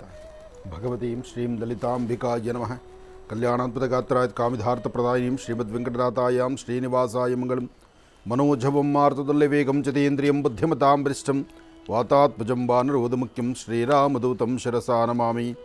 ರಾಮಾಯ ರಾಮಭದ್ರಾಯ ರಾಮಚಂದ್ರಾಯ ವೇದಸೇ ರಘುನಾಥಾಯ ನಾಥಾಯ ಸೀತಾಯ ಪತಯೇ ನಮಃ.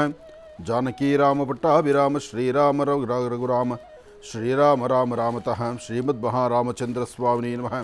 ಶ್ರೀ ಶೋಭಕೃತಾಮ ಸಂವತ್ಸರೆ ಉತ್ತರಾಯಣಿ ಶಿಶುಋತು ಮಾಘಮಾಸ ಕೃಷ್ಣಪಕ್ಷ 6/3/2024 ಬುಧವಾರ, ಏಕಾದಶಿ, ಪೂರ್ವಾಷಾಢ ನಕ್ಷತ್ರ. 6-3-2024 ಬಹಳ ಚೆನ್ನಾಗಿದೆ. ಚೆನ್ನಾಗಿರ್ತಕ್ಕಂಥದ್ದೇ ಇದೆ ನೋಡಿ. 2, 3, 4, 6 ಮಧ್ಯದಲ್ಲಿ ಒಂದು 5 ಸೇರಬೇಕಾಗಿತ್ತೇನೋ, ಅವಾಗ ಕಂಟಿನ್ಯೂ ಬರ್ತಾಯಿತ್ತು. 6-3-2024 ದಿನ ಚೆನ್ನಾಗಿದೆ. ಬುಧವಾರ ಏಕಾದಶಿ ಇವತ್ತು ಮಹಾವಿಷ್ಣುವನ್ನ ಪ್ರಾರ್ಥನೆ ಮಾಡುವಂಥದ್ದು. ಬುಧವಾರದ ಏಕಾದಶಿ ಬಂತು ಅಂದರೆ ಅವತ್ತು ಮಹಾವಿಷ್ಣುವಿನ ವಿಶೇಷವಾದಂಥ ಆರಾಧನೆ. 2 ತುಳಸಿ ದಳವನ್ನು ವಿಷ್ಣು ಪಾದದ ಮೇಲಿಟ್ಟು ಒಂದು ಪ್ರಾರ್ಥನೆ ಸಲ್ಲಿಸಿಬಿಟ್ರೆ ಇವತ್ತು ಅಸಾಧ್ಯವಾದ್ದನ್ನು ಸಾಧನೆ ಮಾಡಿಕೊಳ್ಬಹುದು. ಅಂತಹ ಅದ್ಭುತವಾದಂತಹ ದಿನ. ಅದಕ್ಕೆ ಮುಹೂರ್ತ ಬಲ ಮತ್ತು ದಿನ ನಕ್ಷತ್ರ ಪ್ರಕಾರ ರಾಶಿಗಳು ಇದೆಲ್ಲವೂ ಅಷ್ಟೇ ವಿಶೇಷವಾಗಿರ್ತಕ್ಕಂಥದ್ದಾಗುತ್ತೆ. ಇನ್ನು ಇವತ್ತಿನ ದಿನದ ವಿಶೇಷವಾಗಿರ್ತಕ್ಕಂಥ ರಾಶಿಫಲದ ಕಡೆ ನಾವು ಗಮನ ಹರಿಸೋಣ. ನಮಃ ಸೂರ್ಯಾಯ ಚಂದ್ರಾಯ ಮಂಗಳಾಯ ಬುಧಾಯ ಚ ಗುರು ಶುಕ್ರ ಶನಿಭ್ಯಶ್ಚ ರಾಹವೇ ಕೇತುವೇ ನಮಃ. ಮೃತ್ಯುಂಜಯಾಯ ರುದ್ರಾಯ ನೀಲಕಂಠಾಯ ಶಂಭವೇ ಅಮೃತೇಶಾಯ ಸರ್ವಾಯ ಮಹಾದೇವಾಯತೆ ನಮಃ. ಆದಿತ್ಯಾದಿ ನವಗ್ರಹಗಳನ್ನು ಪ್ರಾರ್ಥನೆ ಮಾಡಿದ್ದಾಯಿತು. ರಾಶಿಫಲದತ್ತ ಗಮನ ಹರಿಸೋಣ. ಮೊದಲನೇದಾದಂಥದ್ದು ಮೇಷರಾಶಿ.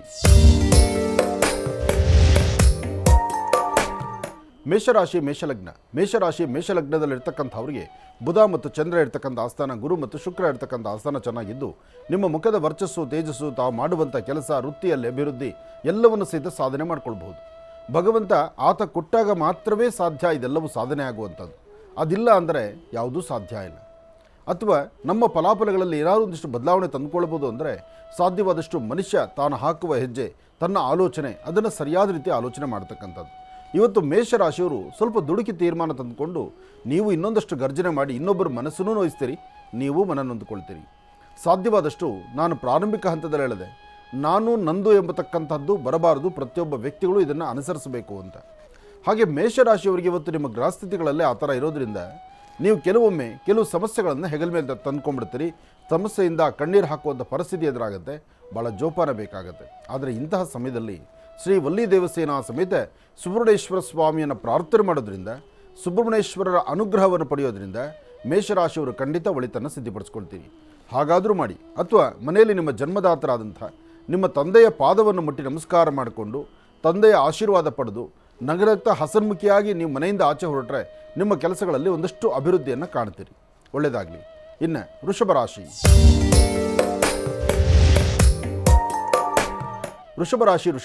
ವೃಷಭಲಗ್ನದಲ್ಲಿರ್ತಕ್ಕಂಥವರಿಗೆ ಬುಧ ಮತ್ತು ಚಂದ್ರ ಇರ್ತಕ್ಕಂಥ ಆಸ್ಥಾನ, ಗುರು ಮತ್ತು ಶುಕ್ರ ಇರ್ತಕ್ಕಂಥ ಆಸ್ಥಾನ ಚೆನ್ನಾಗಿದ್ದು ಶುಕ್ರನ ಅನುಗ್ರಹದಿಂದ ಸಾಕಷ್ಟು ಒಳ್ಳೆಯ ಫಲಗಳಿದೆ. ಹಾಗೆ ಸಾಕಷ್ಟು ಲಾಭವೂ ಇದೆ. ಮಾಡುವಂಥ ಪ್ರತಿಯೊಂದು ಕೆಲಸವೂ ಸಹಿತ ಅಷ್ಟೇ ಯಶಸ್ಸಿನ ಹಾದಿಯಲ್ಲಿದೆ. ಇವತ್ತು ಆರ್ಥಿಕ ಪರಿಸ್ಥಿತಿಯನ್ನು, ಹಣಕಾಸಿನ ವಿಚಾರದಲ್ಲಿ ಅಧಿಕವಾದಂಥ ಲಾಭವನ್ನು ಗಳಿಸ್ತೀರಿ. ಸಣ್ಣ ಸಣ್ಣ ವಿಚಾರಕ್ಕೂ ಸಹಿತ ಮನಸ್ತಾಪ ಮಾಡ್ಕೊಳ್ತೀರಿ. ನಾನು ನಂದು ಎಂಬತಕ್ಕಂಥದ್ದು ನಿಮಗೂ ಸ್ವಲ್ಪ ಬಾಧಿಸುತ್ತೆ. ಆದರೂ ಇವತ್ತು ವೃಷಭ ರಾಶಿಯಲ್ಲಿರ್ತಕ್ಕಂಥ ಹೆಣ್ಣುಮಕ್ಕಳು ಮಾತ್ರ ಏನೇ ಕೆಲಸ ಮಾಡಬೇಕಾದ್ರೂ ಸ್ವಲ್ಪ ತಾಳ್ಮೆಯಿಂದ ವರ್ತನೆ ಮಾಡ್ತೀರಿ. ತಾಳ್ಮೆಯಿಂದ ವರ್ತನೆ ಮಾಡಿದ್ರೆ ಆ ಕ್ಷಣದಲ್ಲಿ ಬರುವಂಥ ದೋಷಗಳು ದೂರ ಆಗುತ್ತೆ. ಆದರೆ ತಾಳ್ಮೆ ಮೀರಿಸಿದ್ರೆ ಅಲ್ಲಿ ಸಮಸ್ಯೆ ಜಾಸ್ತಿ ಆಗುತ್ತೆ. ಇದೆಲ್ಲದರ ಮಧ್ಯದಲ್ಲಿ ಇವತ್ತಿನ ದಿವಸ ನಿಮಗೆ ಪಾಠ ಪ್ರವಚನ ಮಾಡ್ತಕ್ಕಂಥವ್ರು ಅಥವಾ ಅನುಭವಸ್ಥದ ಮಾತನ್ನು ಹೇಳ್ತಕ್ಕಂಥದ್ದು, ಅನುಭವಸ್ಥರ ಮಾತಿದೆಯಲ್ಲ, ಅವರ ಜೀವನದಲ್ಲಿ ಆ ನಡೆದು ಹೋಗತಕ್ಕಂಥ ಕೆಲವು ಘಟನೆಗಳು ಅವರ ಗಮನಕ್ಕೆ ತಂದುಕೊಂಡು ಸರಿಯೋ ತಪ್ಪೋ ಅದನ್ನು ಸರಿಯಾದಂಥ ದಾರಿಗೆ ತರುವಂಥದ್ದು ಅವರ ಮನಸ್ಥಿತಿ ಇರುತ್ತೆ. ಅದನ್ನು ಅರ್ಥ ಮಾಡ್ಕೋಬೇಕು ನಾವು. ಹಾಗೆ ಇವತ್ತಿನ ದಿವಸ ಏನಾದರೂ ಒಂದು ಸಾಧನೆ ಮಾಡಿದ್ರೆ ಆ ಸಾಧನೆಯ ಹಾದಿ ಹೇಗಿರುತ್ತೆ, ನಿಮ್ಮ ಜೀವನದಲ್ಲಿ ಅಮೂಲ್ಯವಾದಂಥ ಕ್ಷಣಗಳನ್ನು ತಾವು ಸ್ವಾಗತಿಸಿದ ಹಾಗೆ ಇರುತ್ತೆ. ಹಾಗಾಗಿ ಇವತ್ತಿನ ದಿವಸ ಲಕ್ಷ್ಮೀನಾರಾಯಣನ ಪ್ರಾರ್ಥನೆ ಮಾಡಿ, ಮಹಾಲಕ್ಷ್ಮಿಯನ್ನಾಗಲಿ ಅಥವಾ ಶ್ರೀಮನ್ನಾರಾಯಣನಾಗಲಿ ಪ್ರಾರ್ಥನೆ ಮಾಡೋದ್ರಿಂದ ಅಥವಾ ಓಂ ನಮೋ ವೆಂಕಟೇಶಾಯ ಎಂಬತಕ್ಕಂಥ ಮಹಾವಿಷ್ಣುವಿನ ಮಹಾಮಂತ್ರವನ್ನು ಉಚ್ಚರಿಸೋದ್ರಿಂದ ತುಂಬ ಬದಲಾವಣೆಗಳನ್ನು, ಹೆಚ್ಚಿನ ಲಾಭವನ್ನು ತಾವು ತಂದುಕೊಳ್ತೀರಿ. ಒಳ್ಳೆಯದಾಗಲಿ, ಶುಭವಾಗಲಿ. ಇನ್ನು ಮಿಥುನ ರಾಶಿ.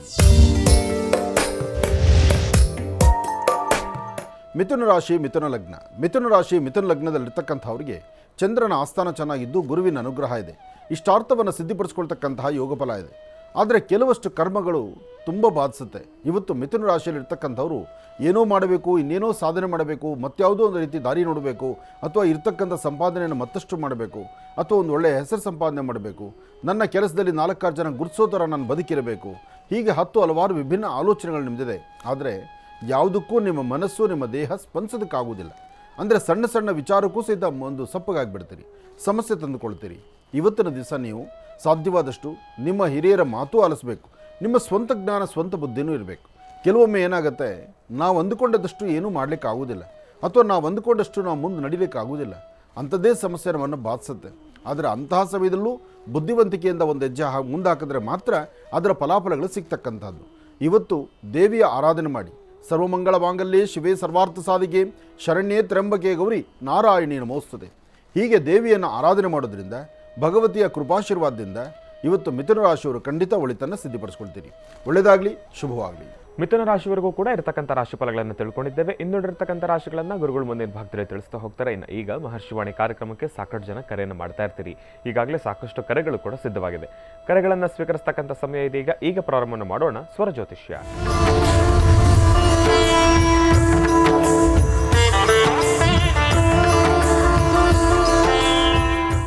ಬನ್ನಿ, ಕಾರ್ಯಕ್ರಮಕ್ಕೆ ಮೊದಲು ಯಾರು ಕರೆ ಮಾಡಿದ್ದಾರೆ ಅನ್ನೋದನ್ನು ತಿಳ್ಕೊಳ್ಳೋಣ. ಹಲೋ. ಹಲೋ, ನಮಸ್ಕಾರ ಗುರುಗಳೇ. ನಮಸ್ತೆ ತಾಯಿ, ಚೆನ್ನಾಗಿದ್ದೀರಮ್ಮ? ಹಾ, ಚೆನ್ನಾಗಿದ್ದೀವಿ ಗುರುಗಳೇ. ನೀವ್ ಹೇಗಿದ್ದೀರಿ ಗುರುಗಳೇ? ಚೆನ್ನಾಗಿದ್ದೀನಿ ತಾಯಿ. ಎಲ್ಲಿಂದ ಕರೆ ಮಾಡ್ತಿದ್ದೀರಮ್ಮ? ಗುರುಗಳೇ, ಊರ ಹೆಸರೇನ್ ಬ್ಯಾಡ್ರಿ ಗುರುಗಳೇ. ತಮ್ಮ ಹೆಸರು ತಿಳ್ಕೊಬೋದಾ? ವೈಷ್ಣವ್ ಅಂತ ಹೇಳಿ ಗುರುಗಳೇ. ವೈಷ್ಣವಿ ಅಂತ ಹೇಳಿ. ಗುರುಜಿ ನಮ್ಮ ಜೊತೆ ಇದ್ದಾರಮ್ಮ, ಮಾತಾಡಿ ತಾಯಿ. ಹಾ, ಸರಿ ಗುರುಗಳೇ. ಹಲೋ, ಹೇಳಮ್ಮ. ನಮಸ್ಕಾರ ಗುರುಗಳೇ. ನಮಸ್ತೆ ತಾಯಿ. ಗುರುಗಳೇ, ನಮ್ ತಾಯಿಯವ್ರ ಬಗ್ಗೆ ಕೇಳ್ಬೇಕ್ರಿ ಗುರುಗಳೇ. ಹೇಳಮ್ಮ. ನಮ್ ತಾಯಿಗೆ ಕಿವಿ ಸೋರ್ಸಿದೆ ಗುರುಗಳೇ. ಇಷ್ಟಕ್ಕಿಂತ ಮುಂಚೆ ಕಾಲ್ ಮಾಡಿದ್ವಿ ಗುರುಗಳೇ. ಮಾಡಿದ್ರೆ ನೀವೇನ್ ಹೇಳಿದ್ರಿ, ಬೇರೆ ಸೈಡ್ ಒಂದ್ 3-4 ಸೈಡ್ ತೋರ್ಸಿ ಆದ್ಮೇಲೆ ಕಡಿಮೆ ಆದ್ರೆ ಸರಿ, ಇಲ್ಲಾಂದ್ರೆ ಆಪರೇಷನ್ ಮಾಡಿಸ್ ಅಂತ ಹೇಳಿದ್ರು ಗುರುಗಳೇ. ಕಿವಿ ಆಪರೇಷನ್ ಮಾಡಿಸ್ಬೇಕಂತ ಹೇಳಿದಾರೆ ಗುರುಗಳೇ. ಅದು ಹೆಂಗ ಮಾಡಿಸ್ಬೇಕಾ ಇಲ್ಲ ಅಂತ ಕೇಳ್ಬೇಕಾಗಿತ್ತು ಗುರುಗಳೇ. ಮಾಡ್ಲೇಬೇಕಮ್ಮ, ಯಾಕೆಂದ್ರೆ ನಮ್ ತಾಯಿ ಇದಾರೆ ಗುರುಗಳೇ. ಕೊಳ್ಳೆ ಗುರುಗಳೇ. ಕೊಡಮ್ಮ, ಕೊಡು ತಾಯಿ. ಕಟ್ ಮಾಡ್ಬೇಡ್ರಿ ಗುರುಗಳೇ ಮಧ್ಯೆ. ನಾನು ಕಟ್ ಮಾಡಲ್ಲಮ್ಮ, ಕೊಡು ತಾಯಿ, ನಾನು ಮಾತಾಡ್ತೇನೆ. ಆಯ್ತು. ಹಲೋ. ಹಲೋ, ನಮಸ್ತೆ ಗುರುಜಿ. ನಮಸ್ತೆ ತಾಯಿ, ಚೆನ್ನಾಗಿದ್ದೀರಮ್ಮ? ಹಾ, ಚೆನ್ನಾಗಿದ್ದೀವಿ ಗುರುಜಿ. ನೀವು ಚೆನ್ನಾಗಿದ್ದೀರಿ ಗುರುಜಿ? ನಾನು ಚೆನ್ನಾಗಿದ್ದೀನಿ. ಕಿವಿ ಯಾವಾಗಿಂದ ಸೋರ್ತಾ ಇದೆ? ಯಾವಾಗಿಂದ ಕಿವಿ ನೋವಿದೆ? ಬರೀ ಸೋರೋದು ಮಾತ್ರನಾ ಅಥವಾ ನೋವು ಜಾಸ್ತಿ ಇರುತ್ತೆ? ಹೌದು ಗುರುಜಿ, ಸೋರೋದಷ್ಟೇ. ಅಂದ್ರೆ ಟ್ಯಾಬ್ಲೆಟ್ ನುಂಗಿದ್ರೆ ಏನಿರಲ್ಲ, ಒಂದು 4-5 ದಿನ ಟ್ಯಾಬ್ಲೆಟ್ ಬಿಟ್ಟಿನಂದ್ರೆ ಸ್ವಲ್ಪ ನೋವು ಇರ್ತದೆ. ನೋವು ಆಗುತ್ತೆ. ಅವಾಗ ಒಂದ್ಸಲ ಮಾಡಿದ್ವಿ ನೋಡಮ್ಮ, 2-3 ಸಲ 2 ಕಡೆ ತೋರ್ಸಿನಿ ಗುರುಜಿ. ಅದು ಆಯುರ್ವೇದಕ್ಕೂ ತಿಂದಿನಿ, 3 ತಿಂಗಳಾಯ್ತು. ಅದೇನ್ ಕಡಿಮೆ ಆಗವಲ್ದು. ಆಪರೇಷನ್ ಮಾಡಿಸ್ಬೇಕಂದ್ ಇವತ್ತು ಹೋಗೋದೈತೆ ಗುರುಜಿ. ಹೆಂಗಾದ್ರೆ ನಿಮ್ಗ ಫೋನ್ ಹಚ್ಚಿದೆ, ಅದೊಂದು ಚಿಂತೆ ನಮಗ. ಇವಾಗ ಒಂದ್ 15 ದಿನ ಆಯ್ತು ಹಚ್ಚಕತ್ತೀವಿ, ಹತ್ತವಲ್ದು. ಇವತ್ತು ಸಾಯಂಕಾಲ ಬಾ ಅಂದಾರ. ನಿಮ್ಮ ಆಶೀರ್ವಾದ ಸಿಕ್ತು. ಆಯ್ತು, ಒಳ್ಳೇದಾಗ್ಲಿ. ಹೋಗಿ ಆಪರೇಷನ್ ಮಾಡಿಸಿ. ಆಪರೇಷನ್ ಅಂದ್ರೆ ದೊಡ್ಡ ಆಪರೇಷನ್ ಏನಲ್ಲ, ಅದು ಬಹಳ ಚಿಕ್ಕದಾಗಿ. ಅದ್ರ ಕಡೆಯಿಂದ BP ಹೆಚ್ಚಿಗೆ ಆಗಿದೆ ಗುರುಜಿ. ನನಗೆ ಆಪರೇಷನ್ ಅಂದ್ರೇನೆ ಗೊತ್ತಿಲ್ಲ, ನಾವು ಮಾಡ್ಕೊಂಡಿಲ್ಲ. ಆಪರೇಷನ್ ನೋಡಮ್ಮ, ನಾನೊಂದು ಮಾತು ಹೇಳ್ತೀನಿ ಕೇಳು.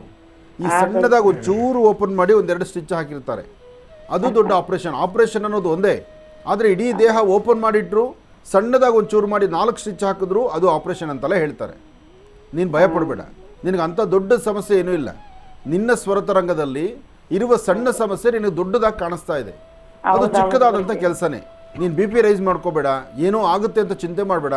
ಇವತ್ತು ನನ್ನನ್ನು ಮಾತಾಡಿದ್ಯಲ್ಲ ನೀನು, ನಿನಗೆ ಏನೂ ಆಗಿದ್ದಂಗಾಗಲಿ, ನಿನ್ನ ಆರೋಗ್ಯ ಚೆನ್ನಾಗಿರಲಿ ಅಂತ ನಾನು ದೇವ್ರನ್ನ ಪ್ರಾರ್ಥನೆ ಮಾಡ್ತೀನಿ. ನೀನು ಧೈರ್ಯವಾಗಿರು. ಇವತ್ತು ಹೋಗ್ಬಿಟ್ಟು ಬಾ, ಒಳ್ಳೆ ಕಡೆ ನೋಡಿ ಡಾಕ್ಟ್ರನ್ನ ಸರಿಯಾದಂಥ ರೀತಿ ಒಳ್ಳೆ ಡಾಕ್ಟರ್ ಹತ್ರ ಕನ್ಸಲ್ಟ್ ಮಾಡಿಕೊಂಡು ಆಪರೇಷನ್ ಮುಂದುವಾಗಿ ಆಪರೇಷನ್ ಆಗಲಿ, ಏನೂ ಪ್ರಾಬ್ಲಮ್ ಆಗೋದಿಲ್ಲ. ನೀನು ಆರೋಗ್ಯವಾಗಿರ್ತೀಯ, ಚೆನ್ನಾಗಿರ್ತೀಯ. ಒಳ್ಳೆಯದಾಗಲಿ ತಾಯಿ. ಇನ್ನು ಬಹಳ ವಿಶೇಷವಾಗಿ ಇಂದಿನ ಭಾಗದಲ್ಲಿ ಗುರುಗಳು ಮಿಥುನ ರಾಶಿವರೆಗೂ ಕೂಡ ರಾಶಿಫಲಗಳನ್ನು ತಿಳಿಸಿಕೊಟ್ಟಿದ್ದಾರೆ. ಇನ್ನು ಈಗ ಕರ್ಕಾಟಕ ರಾಶಿಯಿಂದ ರಾಶಿಫಲಗಳನ್ನು ಮುಂದುವರಿಸಬೇಕು. ಗುರುಗಳೇ, ಕರ್ಕಾಟಕ ರಾಶಿಯಿಂದ ರಾಶಿಫಲಗಳನ್ನು ಮುಂದುವರಿಸೋಣ. ಖಂಡಿತ. ಇನ್ನು ಕರ್ಕಾಟಕ ರಾಶಿ. ಕರ್ಕಾಟಕ ರಾಶಿ, ಕರ್ಕಾಟಕ ಲಗ್ನ. ಕರ್ಕಾಟಕ ರಾಶಿ, ಕರ್ಕಾಟಕ ಲಗ್ನದಲ್ಲಿರ್ತಕ್ಕಂಥವ್ರಿಗೆ ಚಂದ್ರನ ಆಸ್ಥಾನ ಚೆನ್ನಾಗಿದ್ದು ಗುರುವಿನ ಅನುಗ್ರಹ ಇರೋದ್ರಿಂದ ಕರ್ಕಾಟಕ ರಾಶಿಯಲ್ಲಿರ್ತಕ್ಕಂಥವ್ರಿಗೆ ಬುಧವಾರದ ಮಹಾವಿಷ್ಣುವಿನ ಪ್ರಾರ್ಥನೆ ಮಾಡಿ ಇವತ್ತಿನ ಕೆಲಸ ಕಾರ್ಯಗಳಲ್ಲಿ ಸಾಕಷ್ಟು ಲಾಭವನ್ನು ತರಬಹುದು. ಸಣ್ಣ ಸಣ್ಣ ವಿಚಾರಕ್ಕೂ ಸಹಿತ ಮನಸ್ತಾಪಗಳು ಉಂಟಾಗ್ತಕ್ಕಂಥದ್ದು ಸಹಜವೇ. ಆದರೆ ಅದನ್ನೇ ದೊಡ್ಡ ವಿಚಾರವಾಗಿ ತಲೆ ತಂದ್ಕೊಳ್ದಿರ ಆಗಿಂದಾಗಲೇ ಎಲ್ಲವನ್ನು ಮರೆತು ಸರಿಯಾದ ಸನ್ಮಾರ್ಗದತ್ತ ನಡೆದಿದ್ದೇ ಆದರೆ ಸಾಕಷ್ಟು ಒಳ್ಳೆಯ ಫಲವನ್ನು ಸಿದ್ಧಪಡಿಸ್ಕೊಳ್ತೀನಿ. ಹಾಗೆ ನೀವು ಮಾಡುವಂಥ ಕೆಲಸದಲ್ಲಿ ಏನಾದರೂ ಬದಲಾವಣೆ ತರ್ಬೋದಾ? ತರಲಿಕ್ಕಾಗುತ್ತಾ? ಖಂಡಿತ ತರ್ಬೋದು. 11 ಗಂಟೆ 20 ನಿಮಿಷದಿಂದ 4 ಗಂಟೆ 15 ನಿಮಿಷದವರೆಗೂ ಭಾಳ ಅದೃಷ್ಟದ ಕಾಲ ಕರ್ಕಾಟಕ ರಾಶಿಯವರಿಗೆ.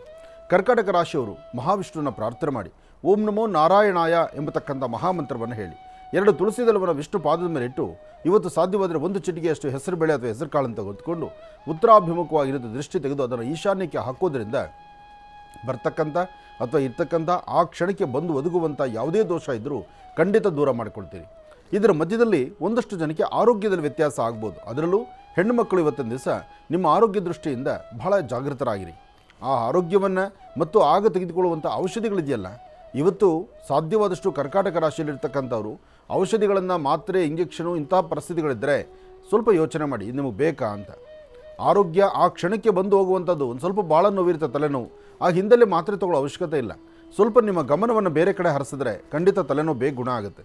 ಆದರೆ ಮಾತ್ರೆ, ಔಷಧಿಗಳು ತೆಗೆದುಕೊಂಡ್ರೆ ಅದು ಯಾವತ್ತಿದ್ರೂ ಒಂಥರ ಪಾಯ್ಸನ್ನೇ, ವಿಷಾನೇ.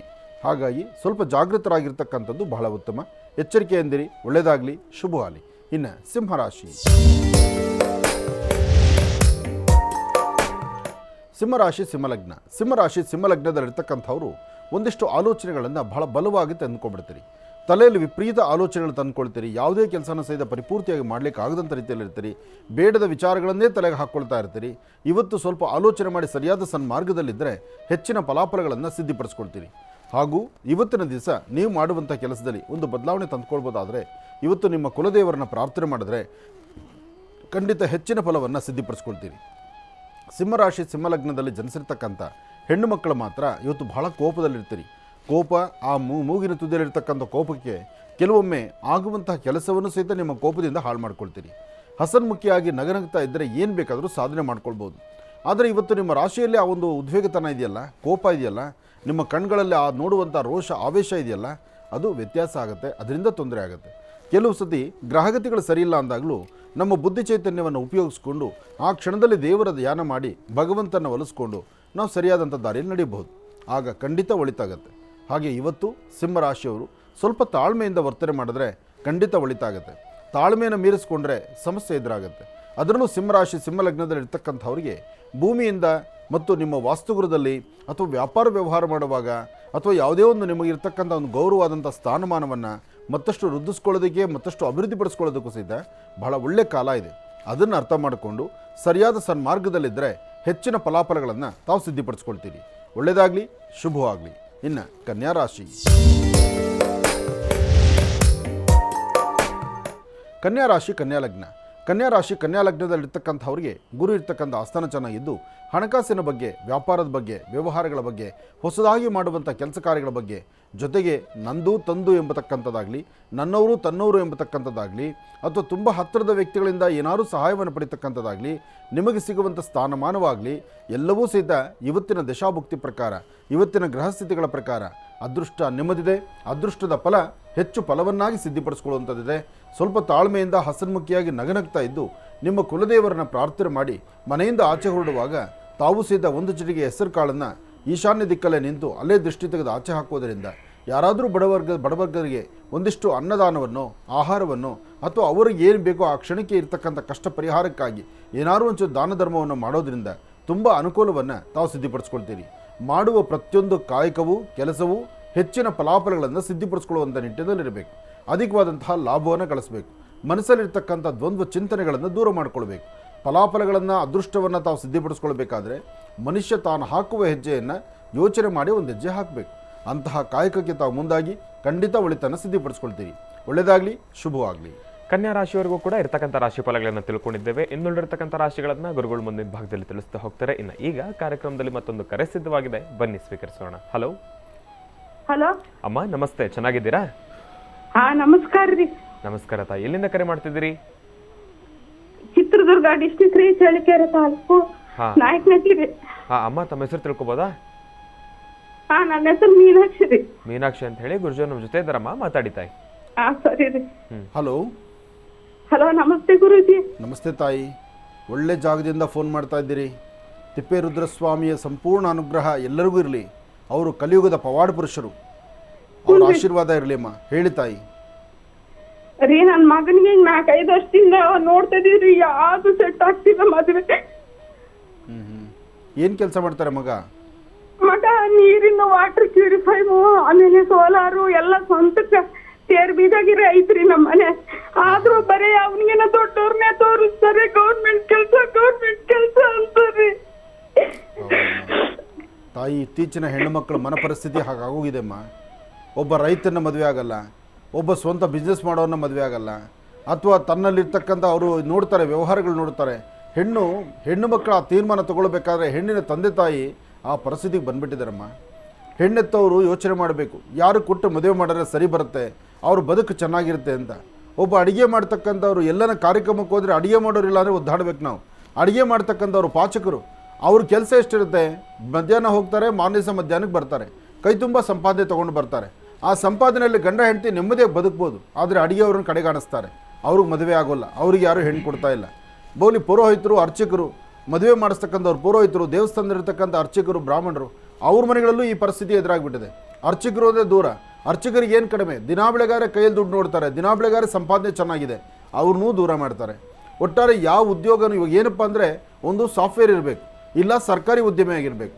ಸರ್ಕಾರಿ ಕೆಲಸ ಸಾಫ್ಟ್ವೇರು ಬರೀ ಇಷ್ಟನ್ನೇ ನೋಡಿದ್ರೆ ವ್ಯಕ್ತಿಗಳ ಮನಸ್ಸು ನೋಡಬೇಕಲ್ವ. ಆ ಮನಸ್ಸು, ಮನೆ ಪರಿವರ್ತನೆ, ಆ ಮನೆಯಲ್ಲಿರ್ತಕ್ಕಂಥ ಕುಟುಂಬದ ಆ ಹಿಂದೆಲ್ಲ ಒಂದು ಹೆಣ್ಣನ್ನು ಒಂದು ಮನೆಗೆ ಕೊಡಬೇಕಾದ್ರೆ ಆ ವಂಶವನ್ನು ನೋಡ್ತಿದ್ರು, ಹಿಂದೆ ತಲೆಮಾರು ನೋಡ್ತಿದ್ರು. ಆ ಅಜ್ಜಿ ತಾತ ಅಥವಾ ಯಾರಿದ್ರು, ಆ ಮನೆತನ ಹೇಗಿತ್ತು, ಊರಲ್ಲ ಆ ಮನೆಗೆ ಏನು ಹೆಸರಿದೆ ಅದನ್ನು ನೋಡ್ತಿದ್ರು. ಇವತ್ತು ಅದು ನೋಡಲ್ಲ, ಮನೆತನಕ್ಕೂ ಬರಲ್ಲ, ಮನೆಗೂ ಬರಲ್ಲ. ಅವನು ಎಂಥ ಪರಮ ಚಂಡಾಲ ಆಗಿರಲಿ, ಅಥವಾ ಯಾವುದೇ ಥರ ಮಾಡಬಾರ್ದು ಕೆಲಸ ಮಾಡಿರಲಿ, ಅಥವಾ ಅವ್ನು ಯಾವುದೋ ಒಂದು ಗೌರ್ಮೆಂಟ್ ಕೆಲಸ ಇದ್ದರೆ ಸಾಕು, ಅಥವಾ ಒಂದು ಸಾಫ್ಟ್ವೇರ್ನಲ್ಲಿದ್ದರೆ ಸಾಕು, ಅವ್ರಿಗೆ ಹೆಣ್ಣು ಕೊಡೋದು. ಅವ್ರು ಮದುವೆ ಮಾಡ್ಕೊಂಡು 3 ದಿವಸ ಅವ್ನು ಕುತ್ತಿಗೆಗೆ ಹಗ್ಗ ಹಾಕಿದ್ರೆ ಅಯ್ಯೋ ಅಂತ ಅಳೋದು. ಇಲ್ಲ ಅಂದರೆ ಏನಾರು ನಾಳೆ ಸಹ ನನ್ನ ಮಗಳು ಮದುವೆ ಆಗಿದೆಯಲ್ಲ, 1 ವಾರ ಆಯಿತು, ನಿಮ್ಮ ಮನೆಗಿದ್ದಾಳೆ, 1 ವಾರಕ್ಕೆ 25 ಲಕ್ಷ ಕೊಡಿ, 50 ಲಕ್ಷ ಕೊಡಿ, 1 ಕೋಟಿ ಕೊಡಿ. ಡೈವರ್ಸ್ ಅಂತ ಶುರುವಾಯಿತು ಅಂದರೆ 1 ಕೋಟಿ, 1.5 ಕೋಟಿ, 3 ದಿವಸ ಅಲ್ಲ ಹೆಣ್ಣುಮಕ್ಕಳು ಮನೆಯಲ್ಲಿ. ಇದು ತುಂಬ ಜನಕ್ಕೂ ಒಂಥರ ಮಾರಕ ಆಗೋಗ್ತಾ ಇದೆ. ಮದುವೆ ಎಂಬತಕ್ಕಂಥ ಸಂಬಂಧ ಎಷ್ಟು ಅದ್ಭುತವಾದಂಥದ್ದು, ಆ ಮದುವೆಯ ಬಾಂಧವ್ಯ ಎಷ್ಟು ಚೆನ್ನಾಗಿರ್ತಕ್ಕಂಥದ್ದು, ಆ ಮದುವೆಯ ಸುಂದರ ಕ್ಷಣಗಳಲ್ಲಿ ತಂದೆ ತಾಯಿ ಎರಡೂ ಕಡೆ ಇದ್ದರು ಅಂದರೆ ಹುಡುಗನ ಕಡೆ ಆಗಿರಲಿ, ಹುಡುಗಿ ಕಡೆ ಆಗಿರಲಿ, ಇಬ್ಬರು ಎಷ್ಟು ಅನುಬಂಧದಿಂದ ಇರ್ತಾರೆ. ಮದುವೆ ತಾಳಿ ಕಟ್ಟಿದಾದ ತಕ್ಷಣ ಅಲ್ಲಿ ಶುರುವಾಗುತ್ತೆ ನೋಡಿ ಸಮಸ್ಯೆ. ಒಂದು ಕಾಫಿಯಿಂದನೋ ಅಥವಾ ಊಟದಿಂದಲೋ ಯಾರೋ ಕೆಲಸಕ್ಕೆ ಬಾರ್ದವರು ಬಂದು ಛತ್ರದಲ್ಲಿ ಊಟ ಮಾಡ್ಕೊಂಡು ಹೋಗೋರು ಅವರೇನೋ 4 ಮಾತು ಹೇಳಿದ್ರು ಅಂತ ಇಡೀ ಒಂದು ಮದುವೆಯ ಸಂಬಂಧವನ್ನು, ಆ ದಾಂಪತ್ಯ ಜೀವನವನ್ನು, 2 ಸಂಬಂಧಗಳು ಬೆಸೆದಿರ್ತಕ್ಕಂಥ ಸುಂದರ ಕ್ಷಣವನ್ನು ಎಲ್ಲರೂ ಸಹಿತ ಹೊಳೆಯಲ್ಲಿ ಹುಣಸೆ ಹಣ್ಣು ಕಿವಿಸಿದಂಗೆ ಮಾಡಿಬಿಡ್ತಾರೆ. ಅದಕ್ಕಾಗಿ ಸ್ವಲ್ಪ ಆಲೋಚನೆ ಮಾಡಬೇಕು. ಬಹುಶಃ ಇದೆಲ್ಲ ಮುಂಬರ್ತಕ್ಕಂಥ ದಿನಗಳಲ್ಲಿ ಒಂದು ದೊಡ್ಡ ಮಾರಕವಾಗಿ ಬರ್ತಾ ಇದೆಮ್ಮ. ಇದಕ್ಕೆ ಒಂದು ಕಾಲ ಬರಬೇಕು. ಯಾವತ್ತೂ ಕುರಿ ಕೊಬ್ದಷ್ಟು ಕುರುಬರ ಲಾಭ ಅಂತಾರಲ್ಲ, ಆ ಪ್ರಕಾರವಾಗಿ ಮನಸ್ಥಿತಿ ಹಾಗೆ ಹೋಗ್ತಾ ಇದೆ. ಮೊನ್ನೆಯೆಲ್ಲ ನೋಡಬೇಕಾಗಿತ್ತು, ನೀವು ಕಂಡಿದ್ದೀರೋ ಇಲ್ಲೋ, ಪಾಪ ರೈತ ಬಾಂಧವರು ಹುಡುಗರು ಎಲ್ಲರೂ ಸಹಿತ ಇಲ್ಲಿಂದ ಮಾದೇಶ್ವರನ ಬೆಟ್ಟಿಗೆ ಕಾಲ್ನಡಿಗೆ ನಡೆದ್ರು. ಭಗವಂತ ನಮಗೆ ಮದುವೆ ಆಗ್ತಿಲ್ಲ, ನಮ್ಗೆ ಯಾರು ಹೆಣ್ಣು ಕೊಡ್ತಿಲ್ಲ ಅಂತ. ಒಬ್ಬ ರೈತ ತಾನು ಮಾಡ್ತಕ್ಕಂಥ ಕೆಲಸವನ್ನು ಕೈಬಿಟ್ಟು, ಹಾಗೂ ನಾನು ಈ ಕೆಲಸ ರೈತ ಭೂಮಿ ನಂಬಿ ಬದುಕಿದ್ರೆ ನನಗೆ ಹೆಣ್ಣು ಕೊಡೋದಿಲ್ಲ ಅಂತ ಅವ್ನು ಯಾವುದೋ ಫ್ಯಾಕ್ಟ್ರಿ ಜೀವನ ಕೊಟ್ಟೋದ್ರೆ ತಿಂಗಳಿಗೆ ಅವ್ನು 20,000 ಸಂಬಳ ತೊಗೊಂಬಂದರೆ, ಭೂಮಿಯಲ್ಲಿ ಅಕ್ಕಿ, ದವಸ ಧಾನ್ಯ, ತರಕಾರಿ ಬೆಳೆದಿಲ್ಲ ಅಂದರೆ ನಾವೆಲ್ಲ ಮಣ್ಣು ತಿನ್ನಬೇಕಾಗತ್ತೆ. ಜೊತೆಗೆ ಆ ಕುಟುಂಬದಲ್ಲಿರ್ತಕ್ಕಂಥವ್ರು ಸಹಿತ ಯೋಚನೆ ಮಾಡಬೇಕಲ್ವ. ಹೆಣ್ಣು ಯಾವುದೇ ಆಗಲಿಮ್ಮ, ಕೆಲಸ ಮುಖ್ಯ ಅಲ್ಲ, ಉದ್ಯೋಗ ಮುಖ್ಯ ಅಲ್ಲ, ಆ ಮನೆತನ, ವ್ಯಕ್ತಿಯ ಮನಸ್ಸೇನು ಅಂತಕ್ಕಂಥದ್ದನ್ನು ಫಸ್ಟ್ ನೋಡಬೇಕು. ಆದ್ರೆ ಇತ್ತೀಚೆಗೆ ಅದು ಆಗ್ತಾ ಇಲ್ಲ. ನಮ್ಮ ಮನೆಗೂ ಒಬ್ಬನೇ ಗುರುಜಿ ಮಗ ಇರೋದು, ಒಬ್ಬನೇ ಮಗ ಇರೋದು. ಮತ್ತೆ ಒಂದೇ ಹೆಣ್ಮಗಳು ಇದ್ಲು, ಮಗಳಿಗೆ ಮದ್ವೆನೂ ಮಾಡಿದೀವ್ರಿ. ಅಮ್ಮ, ಇನ್ನೊಂದು ಹೆಜ್ಜೆ ಮಾತು, ಈಗ ನಾನು ಹೇಳೋ ಮಾತನ್ನ ಎಲ್ಲರೂ ಆಲೋಚನೆ ಮಾಡಿ. ಇತ್ತೀಚೆಗೆ ನಡೆದ ಘಟನೆ, ಇತ್ತೀಚೆಗಾದಂತಹದ್ದು. ಒಬ್ಬ ಹೆಣ್ಣುಮಗಳು ಮದುವೆಗೆ ಹುಡುಗನ ತಂದೆ, ಹುಡುಗಿ ತಂದೆ ತಾಯಿ ಬಂದು ಆ ಕುಟುಂಬ ಎಲ್ಲವನ್ನೂ ನೋಡ್ಕೊಂಡು ಹೋಗಿದ್ದಾರೆ. ವಯಸ್ಸಾಗಿರ್ತಕ್ಕಂಥ ತಂದೆ ತಾಯಿನೂ ಮನೇಲಿದ್ದಾರೆ. ಆ ವಯಸ್ಸಾಗಿರ್ತಕ್ಕಂಥ ಅಜ್ಜಿ ತಾತ ಮತ್ತು ತಂದೆ ತಾಯಿ, ಆ ಹುಡುಗಿ ಕೇಳ್ತಾಳೆ, ನಿಮ್ಮ ತಂದೆ ತಾಯಿ ಜೊತೆಲೇ ಇರ್ತೀರಾ ಅಥವಾ ಪ್ರತ್ಯೇಕವಾಗಿ ಮನೆ ಮಾಡ್ತೀರಾ? ಪ್ರತ್ಯೇಕವಾಗಿ ಮನೆ ಮಾಡಿದ್ರೆ ನಾನು ನಿನ್ನ ಮದುವೆ ಆಗ್ತೀನಿ. ನೀವು ಅದೇ ಮನೆಯಲ್ಲೇ ಇದ್ದು ನಿಮ್ಮ ಅಪ್ಪ ಅಮ್ಮ, ನಿಮ್ಮ ಅಜ್ಜಿ ತಾತನ ಜೊತೆಯಲ್ಲಿರೋದ್ರೆ ನಾನು ನಿಮ್ಮನ್ನು ಮದುವೆ ಆಗಲ್ಲ ಅಂತ ಓಪನ್ನಾಗಿ ಬಾಯ್ಬಿಟ್ಟು ಮಾತಾಡಿದ್ದಾಳೆ. ಏನು ಹೇಳಬೇಕಮ್ಮ? ಅಲ್ಲಿಗೆ ಸಂಸಾರ ಅಂತಕ್ಕಂಥದ್ದು, ಒಟ್ಟು ಸಂಸಾರಕ್ಕೆ ಒಂದು ಹೆಣ್ಣು ಒಂದು ಮನೆ ಬಂದು ಬೆಳಕಾಗಬೇಕಾಗಿದ್ದು ಆ ಮನೆಯೇ ಕತ್ಲು ಮಾಡೋಕ್ಕೆ ನೋಡ್ತಾ ಇದ್ದಾರಲ್ಲ. ಹೆಣ್ಣು ಮಕ್ಕಳ ಗುಣ ಹೀಗಾದರೆ ಮುಂದೆ ಇದು ಸರಿ ಹೋಗುತ್ತಾ? ಈ ಕಲಿಯುಗದಲ್ಲಿ ಇದು ಹೀಗೆ ಮುಂದುವರಿಸ್ಕೊಂಡೋದ್ರೆ ನಾಳೆ ಜೀವನ ಏನಮ್ಮ? ಇವತ್ತು ನಿನ್ನ ಮನೆಗಾದ ಗತಿ ನಾಳೆ ನನ್ನ ಮನೆಗಾಗೋದಿಲ್ವಾ? ಇದನ್ನು ಅವ್ರು ಅರ್ಥ ಮಾಡ್ಕೋಬೇಕಲ್ವಾ? ಇದನ್ನು ಸರಿಯಾಗಿ ತಿದ್ದಿ ಬುದ್ಧಿ ಕಲಿಸಬೇಕಾದ್ದು ತಂದೆ ತಾಯಿ. ಜನ್ಮ ಕೊಟ್ಟಂಥ ತಂದೆ ತಾಯಿ, ನಾವು ನೋಡುವಂತಹ ವಧುವರರು, ನಾನು ನೋಡುವಂಥ ಹೆಣ್ಣಾಗಲಿ ಅಥವಾ ನಾನು ನೋಡುವಂಥ ಗಂಡಾಗಲಿ ಇಂತಹದ್ದನ್ನೇ ಮದುವೆ ಆಗಬೇಕು ಅಂತ ಪ್ರತಿಯೊಬ್ಬ ತಂದೆ ತಾಯಿ ಹೇಳಬೇಕು.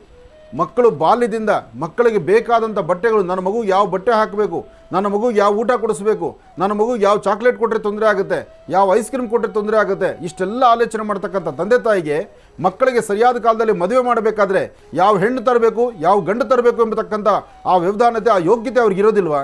ಅದನ್ನು ಅರ್ಥ ಮಾಡ್ಕೊಳ್ಳದಿರ ಇವರು ತಾವು ಮುಂದಾಗ್ಬಿಟ್ಟು ಪ್ರೀತಿ ಪ್ರೇಮ ಅಂತಲೋ ಅಥವಾ ತಮ್ಮ ಸೆಲೆಕ್ಷನ್ ಅಂತಲೋ ತನ್ನ ಇಷ್ಟ ಅಂತಲೋ ಹೋಗಿ ಎಡು ಬಿದ್ದು ಇವತ್ತಿನ ದಿವಸ ಅಲ್ಲೂ ಇಲ್ದಿರ ಇಲ್ಲೂ ಇಲ್ದಿರ ಬದುಕ್ತಿರ್ತಕ್ಕಂಥವ್ರನ್ನ ದಿನ ಬೆಳಗಾದರೆ ನೋಡ್ತಾ ಇದ್ದೀವಿ. ಚಿಂತೆ ಮಾಡಬೇಡ ತಾಯಿ, ಪ್ರತಿಯೊಂದಕ್ಕೂ ಒಂದು ಕೊನೆ ಅಂತಿರುತ್ತೆ. ಆ ಕೊನೆಗಾಲ ಬರುತ್ತೆ. ಆದರೂ ನಿನ್ನ ಮಗನಿಗೆ ಅತಿ ಶೀಘ್ರವಾಗಿ ವಿವಾಹ ಆಗುತ್ತೆ. ತಿಪ್ಪೇರುದ್ರಸ್ವಾಮಿಯ ಅನುಗ್ರಹ ನಿನಗಿದೆ. ಇವತ್ತು ನಿನ್ನ ಮನಸ್ಸಲ್ಲಿ ಆ ಭಗವಂತನ ನೆನೆಸಲಿಕ್ಕೆ ನನಗೆ ಅವಕಾಶ ಮಾಡಿಕೊಟ್ಟಿದ್ಯಾ. ತಿಪ್ಪೇರುದ್ರಸ್ವಾಮಿಯ ಅನುಗ್ರಹದಿಂದ ನಿನ್ನ ಮನೆಗೆ ಒಂದು ಒಳ್ಳೆಯ ಹೆಣ್ಣೆ ಬಂದು ಮನೆ ಸೇರುತ್ತೆ. ಒಳ್ಳೆಯದಾಗಲಿಮ್ಮ. ಇನ್ನು ಬಹಳ ವಿಶೇಷವಾಗಿ ಇಂದಿನ ಭಾಗದಲ್ಲಿ ಗುರುಗಳು ಕನ್ಯಾ ರಾಶಿವರೆಗೂ ಕೂಡ ರಾಶಿಫಲಗಳನ್ನು ತಿಳಿಸಿಕೊಟ್ಟಿದ್ದಾರೆ. ಇನ್ನು ಈಗ ತುಲಾ ರಾಶಿಯಿಂದ ರಾಶಿಫಲಗಳನ್ನು ಮುಂದುವರಿಸಬೇಕು. ಗುರುಗಳೇ, ತುಲಾ ರಾಶಿಯಿಂದ ರಾಶಿಫಲಗಳನ್ನು ಮುಂದುವರಿಸೋಣ. ಖಂಡಿತ. ಇನ್ನು ತುಲಾರಾಶಿ. ತುಲಾರಾಶಿ ತುಲಾಲಗ್ನ. ತುಲಾರಾಶಿ ತುಲಾಲಗ್ನದಲ್ಲಿರ್ತಕ್ಕಂಥವರಿಗೆ ಗುರು ಇರ್ತಕ್ಕಂಥ ಆಸ್ಥಾನ ಚೆನ್ನಾಗಿರೋದ್ರಿಂದ ಪ್ರತಿನಿತ್ಯಕ್ಕೂ ಇವತ್ತಿಗೂ ಒಂದಷ್ಟು ಬದಲಾವಣೆ ಇದೆ. ಆ ಬದಲಾವಣೆ ಏನೇ ಇದ್ದರೂ ಮಾನಸಿಕವಾದಂಥ ಒತ್ತಡ ಅಷ್ಟೇ ಇದೆ. ಮನಸ್ಸಲ್ಲಿ ಒಂದಷ್ಟು ಚಂಚಲತೆ ಇದೆ, ಒಂದಷ್ಟು ಭಯದ ವಾತಾವರಣ ಇದೆ. ನಾನು ಹಾಕ್ತಿರ್ತಕ್ಕಂಥ ಹೆಜ್ಜೆ, ನಾನು ಮಾಡ್ತಿರ್ತಕ್ಕಂಥ ಕೆಲಸ ಅಥವಾ ನನ್ನ ವೃತ್ತಿಧರ್ಮ ಇಲ್ಲೇನಾದರೂ ಒಂದು ಅಚಾತುರ್ಯ ಆಗ್ತಾ ಇದೆಯಾ, ಸಮಸ್ಯೆ ಆಗ್ತಾ ಇದೆಯಾ, ಅಥವಾ ನನಗೆ ಗೊತ್ತಿಲ್ಲದಿರೋ ಯಾರಾದರೂ ನಂಗೆ ತೊಂದರೆ ಮಾಡ್ತಿದ್ದಾರಾ, ಈ ಪ್ರಕಾರವಾಗಿ ಹಲವಾರು ವಿಭಿನ್ನ ಆಲೋಚನೆಗಳು ತುಲಾರಾಶಿಯವರು ಬಂದೇ ಬರುತ್ತೆ. ತುಲಾರಾಶಿಯಲ್ಲಿರ್ತಕ್ಕಂಥವರ ಗ್ರಹಸ್ಥಿತಿಗಳು ಸರಿ ಇಲ್ಲದ್ರಿಂದ ಇವೆಲ್ಲವೂ ಎದುರಾಗ್ತಾ ಇರುತ್ತೆ. ಆದರೆ ಇಂತಹ ಸಮಯದಲ್ಲೇ ನೀವು ಅಶ್ವತ್ಥ ಪ್ರಾರ್ಥನೆ ಮಾಡಿದ್ರೆ ಆ ಬೃಹತ್ ಮಟ್ಟದ ಅಶ್ವತ್ಥ ವೃಕ್ಷ ನಿಮ್ಮನ್ನು ಕೈ ಹಿಡಿದು ನಡೆಸುತ್ತೆ. ಇದು ಖಂಡಿತ ಸತ್ಯ. ಇವತ್ತು ಅಶ್ವತ್ಥ ಪ್ರಾರ್ಥನೆ ಮಾಡಿ. ಇವತ್ತಿನಿಂದ ಸಾಧ್ಯವಾದರೆ 9 ದಿನದ ಕಾಲ, ಇವತ್ತಿನಿಂದ 9 ದಿನ ಅಶ್ವತ್ಥ ಪ್ರಾರ್ಥನೆ ಮಾಡ್ತಕ್ಕಂಥದ್ದು, ಅಶ್ವತ್ಥ ವೃಕ್ಷಕ್ಕೆ ಹೋಗಿ 11 ಪ್ರದಕ್ಷಿಣೆ ಮಾಡಿ ನಮಸ್ಕಾರ ಮಾಡ್ತಕ್ಕಂಥದ್ದು ತುಂಬ ಯಶಸ್ಸಿನ ಹಾದಿಯನ್ನು ತಾವು ನೋಡ್ತೀರಿ. ಮೂಲತೋ ಬ್ರಹ್ಮರೂಪಾಯ ಮಧ್ಯಾಂತೋ ವಿಷ್ಣುರೂಪಿಣಿ ಅಗ್ರದಂ ಶಿವರೂಪಾಯ ವೃಕ್ಷರಾಜ ಇತೇ ನಮಃ. ವೃಕ್ಷಗಳಲ್ಲೇ ಬೃಹತ್ ಮಟ್ಟದ ವೃಕ್ಷ ಅಶ್ವತ್ಥ ವೃಕ್ಷ. ಅಂತಹ ಅಶ್ವತ್ಥ ಮರದ ಪ್ರದಕ್ಷಿಣೆಯನ್ನು ತುಲಾರಾಶಿಯವರು ತಪ್ಪದಿರ ಇವತ್ತು ಮಾಡಿ ನಿಮ್ಮ ಕುಲದೇವರನ್ನು ಪ್ರಾರ್ಥನೆ ಮಾಡಿ ಮನೆಯಿಂದ ಆಚೆ ಬರಬೇಕಾದ್ರೆ ಒಂದಿಷ್ಟು ಸಕ್ಕರೆನೋ ಬೆಲ್ಲನೋ ಅಥವಾ ಏನಾದರೂ ಸಿಹಿ ಪದಾರ್ಥವೋ 4 ಜನ ಮಕ್ಕಳಿಗಾಗಲಿ ಒಂದಷ್ಟು ಇರುವೆಗಳಿಗಾಗಲಿ ಅದನ್ನು ಹಾಕಿ ಬಂದಿದ್ದರೆ ಮತ್ತಷ್ಟು ಅನುಕೂಲವನ್ನು ಖಂಡಿತ ಸಿದ್ಧಪಡಿಸ್ಕೊಳ್ತೀರಿ. ತುಲಾರಾಶಿ ತುಲಾಲಗ್ನದಲ್ಲಿ ಜನಿಸಿರ್ತಕ್ಕಂಥ ಹೆಣ್ಣು ಮಕ್ಕಳು ಮಾತ್ರ ಇವತ್ತು ನಿಮ್ಮ ಬರೀ ಹಣೆಯಲ್ಲಿರ್ತಕ್ಕಂಥದ್ದು, ಹೂ ಮುಡ್ಕೊಳ್ದಿರತಕ್ಕಂಥದ್ದು, ಅಥವಾ ಯಾವುದೇ ಒಂದು ಶಾಸ್ತ್ರ ಸಂಪ್ರದಾಯಬದ್ಧವಾಗಿ ಇದ್ದಿರತಕ್ಕಂಥದ್ದು, ಅಥವಾ ನಿಮ್ಮ ವಂಶ ಪಾರಂಪರಿಕವಾಗಿ ತಾವು ಹೇಗೆಲ್ಲ ಹಿಂದಿನವರು ಇದ್ದಾರೋ ಅದನ್ನು ಬಿಟ್ಟು ಬೇರೊಂದು ದಾರಿ ಹುಡುಕ್ತೀನಿ ಅಂತ ಹುಚ್ಚು ಮನಸ್ಸಿನಿಂದ ಓಡಾಡುವಂಥ ಮನಪರಿಸ್ಥಿತಿ ಇವತ್ತಾಗತ್ತೆ. ಆದರೆ ಅದಕ್ಕೆ ಅವಕಾಶ ಮಾಡಬೇಡಿ. ನಿಮ್ಮ ಹಿರಿಯರು ಹೇಗಿದ್ರೋ, ಅವರು ಹೇಗೆ ನಡ್ಕೊಳ್ತಿದ್ರು, ತಾವು ಹಾಗೇ ಇರಬೇಕು ಅನ್ನೋ ಚಿಂತನೆ ಮಾಡಿ ಖಂಡಿತ ಒಳಿತನ್ನು ಸಿದ್ಧಪಡಿಸ್ಕೊಳ್ತೀನಿ. ಇನ್ನು ವೃಶ್ಚಿಕ ರಾಶಿ. ವೃಶ್ಚಿಕ ಲಗ್ನದಲ್ಲಿರ್ತಕ್ಕಂಥವ್ರಿಗೆ ಗುರು ಇರ್ತಕ್ಕಂಥ ಚಂದ್ರ ಇರ್ತಕ್ಕಂಥ ಆಸ್ಥಾನ, ಅದಕ್ಕಿಂತ ಮುಖ್ಯವಾಗಿ ಕುಜನ ಆಸ್ಥಾನ ಚೆನ್ನಾಗಿರೋದ್ರಿಂದ ಇವತ್ತು ಆರ್ಥಿಕ ಪರಿಸ್ಥಿತಿ, ಹಣಕಾಸಿನ ವಿಚಾರ, ವ್ಯಾಪಾರ ವ್ಯವಹಾರ, ವೃತ್ತಿಯ ಅಭಿವೃದ್ಧಿ, ಮನಸ್ಸಲ್ಲಿರ್ತಕ್ಕಂಥ ದ್ವಂದ್ವ ಚಿಂತನೆ ಎಲ್ಲವನ್ನೂ ದೂರ ಮಾಡ್ಕೊಳ್ತೀರಿ. ಆದರೆ ಶಾಂತಿ ಸಮಾಧಾನದಿಂದ ಒಳ್ಳೆ ಫಲಾಫಲಗಳನ್ನು ಸಿದ್ಧಿಪಡಿಸ್ಕೊಳ್ತಕ್ಕಂಥ ಯೋಗಫಲ ನಿಮ್ಮದಾದ್ರಿಂದ ಯಾವುದಕ್ಕೂ ಭಯಪಡಬೇಕಾದಿಲ್ಲ. ಒಳ್ಳೆ ಮನಸ್ಸಿನಿಂದ ತೆಗೆದುಕೊಳ್ಳುವ ಪ್ರತಿಯೊಂದು ನಿಲುವು ತೀರ್ಮಾನವೂ ಸಿದ್ಧ ಅಷ್ಟೇ ಅರ್ಥಗರ್ಭಿತವಾಗಿ ಕಾರ್ಯಸಿದ್ಧಿ ಆಗ್ತಕ್ಕಂಥದ್ದು. ತೃಪ್ತಿಕರವಾದಂಥ ಬದುಕನ್ನು ಕಾಣ್ತೀರಿ, ಒಳ್ಳೆ ಫಲಾಫಲಗಳು ಸಿದ್ಧಪಡಿಸ್ಕೊಳ್ತೀರಿ. ಹಣಕಾಸಿನ ವಿಚಾರದಲ್ಲಿ ಬಹಳ ಎಚ್ಚರಿಕೆಯ ನಡೀತೀರಿ. ಇವತ್ತು ಏನಾದರೂ ಒಂದು ಹೊಸದಾಗಿ ಒಂದು ಸಾಧನೆಯನ್ನು ಮಾಡಬೇಕು ಅಂದ್ಕೊಳ್ತೀರಿ. ನಿಮ್ಮ ಸಾಧನೆಯ ಹಾದಿಯಿಂದ ಸಾಕಷ್ಟು ಒಳ್ಳೆ ಫಲಗಳನ್ನು ಸಿದ್ಧಪಡಿಸ್ಕೊಳ್ತೀರಿ. ತೃಪ್ತಿಕರವಾದ ಬದುಕನ್ನು ಕಾಣ್ತೀರಿ. ನಿಮ್ಮ ಕಣ್ಗಳಲ್ಲಿ ವಿಶೇಷವಾದ ಕಾಂತಿಯನ್ನು ಇಟ್ಕೊಳ್ತೀರಿ. ಹಾಗಾಗಿ ಇವತ್ತು ನಿಮ್ಮ ಕೆಲಸ ಕಾರ್ಯದಿಂದ, ನಿಮ್ಮ ನಡವಳಿಕೆಯಿಂದ, ನಿಮ್ಮ ಆಲೋಚನೆಯಿಂದ 4 ಜನಕ್ಕೆ ಅನುಕೂಲವಾಗುವಂಥ ರೀತಿ ನಿಮ್ಮ ಬದುಕಿರುತ್ತೆ. ಆ ಬದುಕು ಇನ್ನಷ್ಟು ಅರ್ಥಪೂರ್ಣವಾಗಿರಲಿ, ಒಳ್ಳೆಯದಾಗಲಿ. ಇನ್ನು ಧನುರಾಶಿ.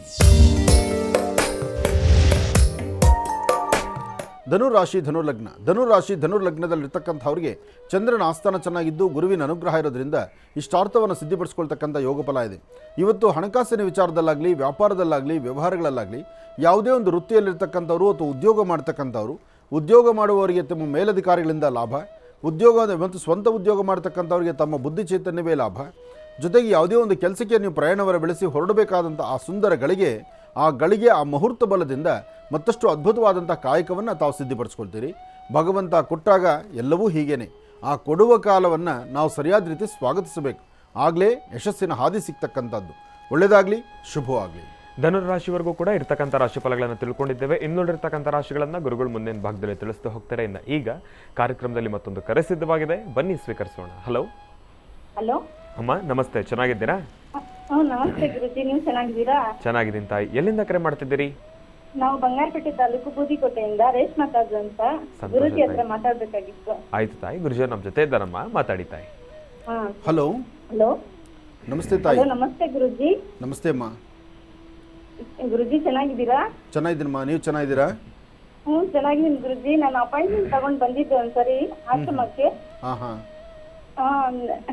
1 ವರ್ಷ ಆಯ್ತು ಗುರುಜಿ. ಮಾರ್ಚ್ ಅಲ್ಲಿ ಏನೋ ಬಂದಿದ್ದು. ಹೌದಮ್ಮ. ನೀವು ಮತ್ತೆ ಮಾತಾಡ್ತೀರಾ ಅಂತ ಹೇಳಿದ್ರಿ ಗುರುಜಿ ನಮ್ಗೆ. ಪುನಃ ಮಾತಾಡ್ತೀನಮ್ಮ ನಿಮ್ಗೆ ಅಂತ.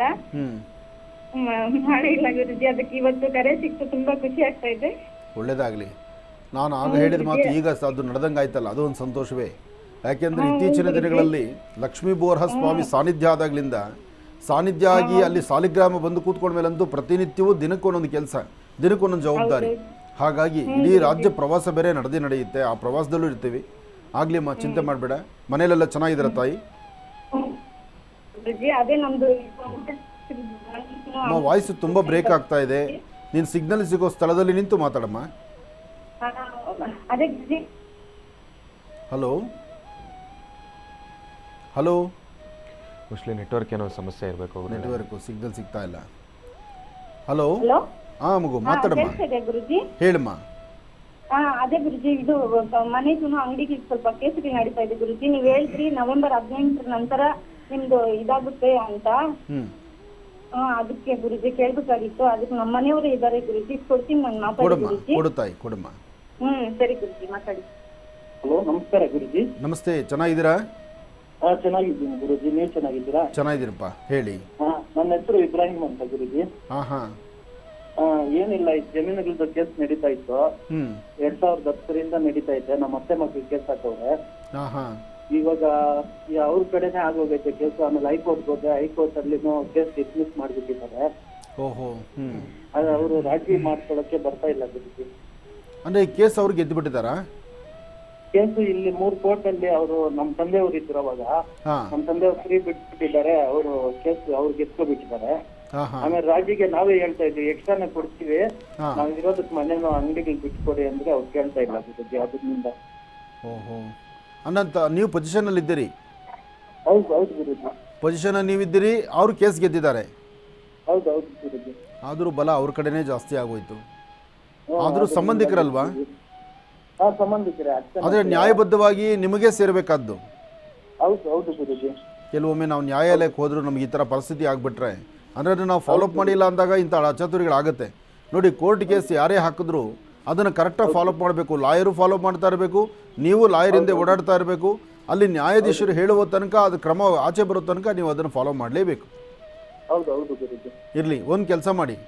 ಈಗ ಕೋರ್ಟ್ ಹತ್ತಿದ್ದಾಯ್ತು, ಕೋರ್ಟಲ್ಲಿ ಅವ್ರ ಕಡೆ ನ್ಯಾಯ ಆಯಿತು. ಈಗ ಏನಪ್ಪ ಅಂದರೆ ಉಳಿದಿರೋದು ಒಂದೇ ದಾರಿ. ನೀವು ಯಾರಾದರೂ 4 ಜನ ನಿಮ್ಮ ಒಂದು ಪಂಗಡದಲ್ಲಿ ಅಥವಾ ನಿಮ್ಮ ಒಂದು ಜನಾಂಗದಲ್ಲಿ ಯಾರಾದರೂ ಹಿರಿಯರು ಇರ್ತಾರಲ್ಲ ಅಂಥವ್ರನ್ನ ಕೂಡಿಸ್ಕೊಂಡು ಅವ್ರ ಮುಖಾಂತರ ಒಂದು ಒಳ್ಳೆ ತೀರ್ಮಾನಕ್ಕೆ ಬನ್ನಿ. ಅದೊಂದೇ ಉಳಿದಿರೋ ದಾರಿ. ಯಾಕೆಂದರೆ ಎಲ್ಲೂ ತಲೆ ಬಗ್ಗಿಸಿದ್ರು ಅಟ್ಲೀಸ್ಟ್ ನಮ್ಮಲ್ಲಿ ಹಿರಿಯರು ಯಾರು ಇರ್ತಾರೋ ಅಥವಾ ನಿಮ್ಮ ಹಿರಿಯರು ಇರ್ತಾರಲ್ಲ, ನಿಮ್ಮಲ್ಲಿ ಇರ್ತಕ್ಕಂಥ ಯಾರೋ ಒಬ್ಬರು ಜವಾಬ್ದಾರಿ ತೊಗೊಂಡ್ರು ನಿಮ್ಮ ಜನಾಂಗದಲ್ಲಿ ಹಿರಿಯರು ಇರ್ತಾರಲ್ಲ, ಅಂತಹವರ ಸಹಾಯ ತೊಗೊಂಡು ಅವ್ರ ಜೊತೆಯಲ್ಲಿ ಕೂತು ಮಾತಾಡಿಸಿದ್ರೆ ನಿಮಗೆ ಖಂಡಿತ ಒಳಿತಾಗತ್ತೆ.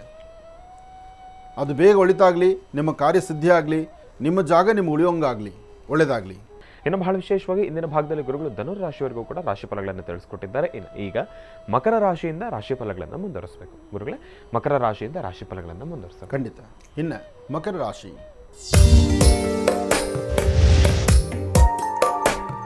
ಮಕರ ರಾಶಿ ಮಕರ ಲಗ್ನ.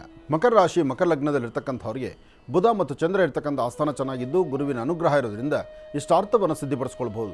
ಅಸಾಧ್ಯವಾದ್ದನ್ನು ಸಾಧನೆ ಮಾಡಿಕೊಂಡು ಫಲಾಫಲಗಳನ್ನು ಸಿದ್ಧಿಪಡಿಸ್ಕೊಳ್ತಕ್ಕಂಥ ಅದೃಷ್ಟ ನಿಮ್ಮದಾಗುತ್ತೆ.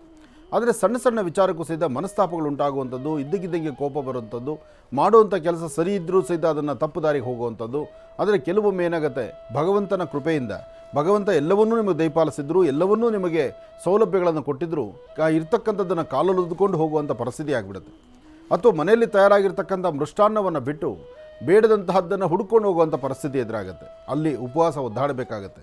ಹಾಗಾಗಿ ಮಕರ ರಾಶಿ ಮಕರ ಲಗ್ನದಲ್ಲಿರ್ತಕ್ಕಂಥವರು ಪ್ರಸನ್ನಾಂಜನೇಯ ಸ್ವಾಮಿನ ಆರಾಧನೆ ಮಾಡ್ತಕ್ಕಂಥದ್ದು, ಹನುಮನ ಪ್ರಾರ್ಥನೆಗೆ ಹೋಗಿ ಪ್ರಾರ್ಥನೆ ಮಾಡ್ತಕ್ಕಂಥದ್ದು, ಒಂದಷ್ಟು ತುಳಸಿ ತೊಗೊಂಡೋಗಿ ಹನುಮನ ಸಂಕಲ್ಪ ಮಾಡ್ಕೊಂಡು ಬರ್ತಕ್ಕಂಥದ್ದು, ಹನುಮನ ಪಾದದ ಮೇಲೆ 2 ತುಳಸಿ ದಳವನ್ನು ಇಡುವಂಥದ್ದು, ಈ ಕೆಲಸ ಮಾಡಿದ್ರೆ ಖಂಡಿತ ಮಕರ ರಾಶಿಯವರು ಒಂದಿಷ್ಟು ಒಳಿತನ್ನು ಕಾಣ್ತೀರಿ. ಮಕರ ರಾಶಿ ಮಕರ ಲಗ್ನದಲ್ಲಿ ಜನಿಸಿರ್ತಕ್ಕಂಥ ವಿದ್ಯಾರ್ಥಿನಿಯರು ಓದೋದ್ರ ಕಡೆ ತುಂಬ ಗಮನ ಕೊಡಬೇಕು. ಯಾಕೆಂದರೆ ನಿಮ್ಮ ವಿದ್ಯಾಭ್ಯಾಸದಲ್ಲಿ ಸಾಕಷ್ಟು ಅಡಚಣೆಗಳು ಉಂಟಾಗ್ತಾ ಇದೆ, ಅಸಮಾಧಾನ ಬರ್ತಾ ಇದೆ.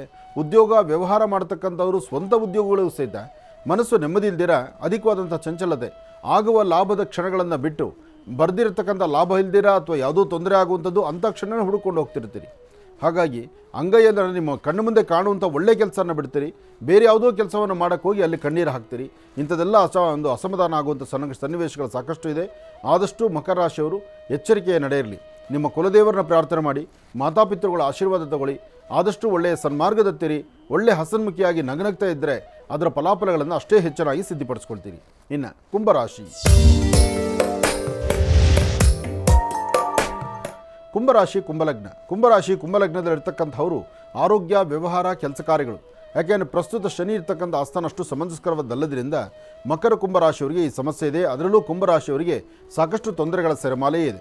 ತೊಂದರೆ ಅಂತಕ್ಕಂಥದ್ದು ಯಾವಾಗ ಯಾವ ಕ್ಷಣ ಎದುರಾಗುತ್ತೋ, ಯಾರನ್ನ ನಂಬಿರ್ತೀರೋ ನಂಬಿರ್ತಕ್ಕಂಥ ವ್ಯಕ್ತಿಗಳಿಂದಲೇ ಮೋಸ ಆಗುವಂಥದ್ದು, ಅಥವಾ ಯಾರನ್ನ ಅತಿಯಾಗಿ ನೀವು ನಂಬ್ತೀರೋ ಆ ನಂಬಿರ್ತಕ್ಕಂಥ ವ್ಯಕ್ತಿಗಳು ನಿಮಗೆ ಗೊತ್ತಿಲ್ಲದಿರ ಬೇರೊಂದು ಮಾರ್ಗವನ್ನು ಹಿಡಿಯುವಂಥದ್ದು. ಒಟ್ಟಾರೆ ಹೇಳಬೇಕಂದ್ರೆ ಸಮಸ್ಯೆಗಳ ಸೆರೆಮಾಲೆ ಕುಂಭರಾಶಿಯವರಿಗೆ ಕಣ್ಣಿಗೆ ಕಾಣ್ತಾ ಇರುತ್ತೆ.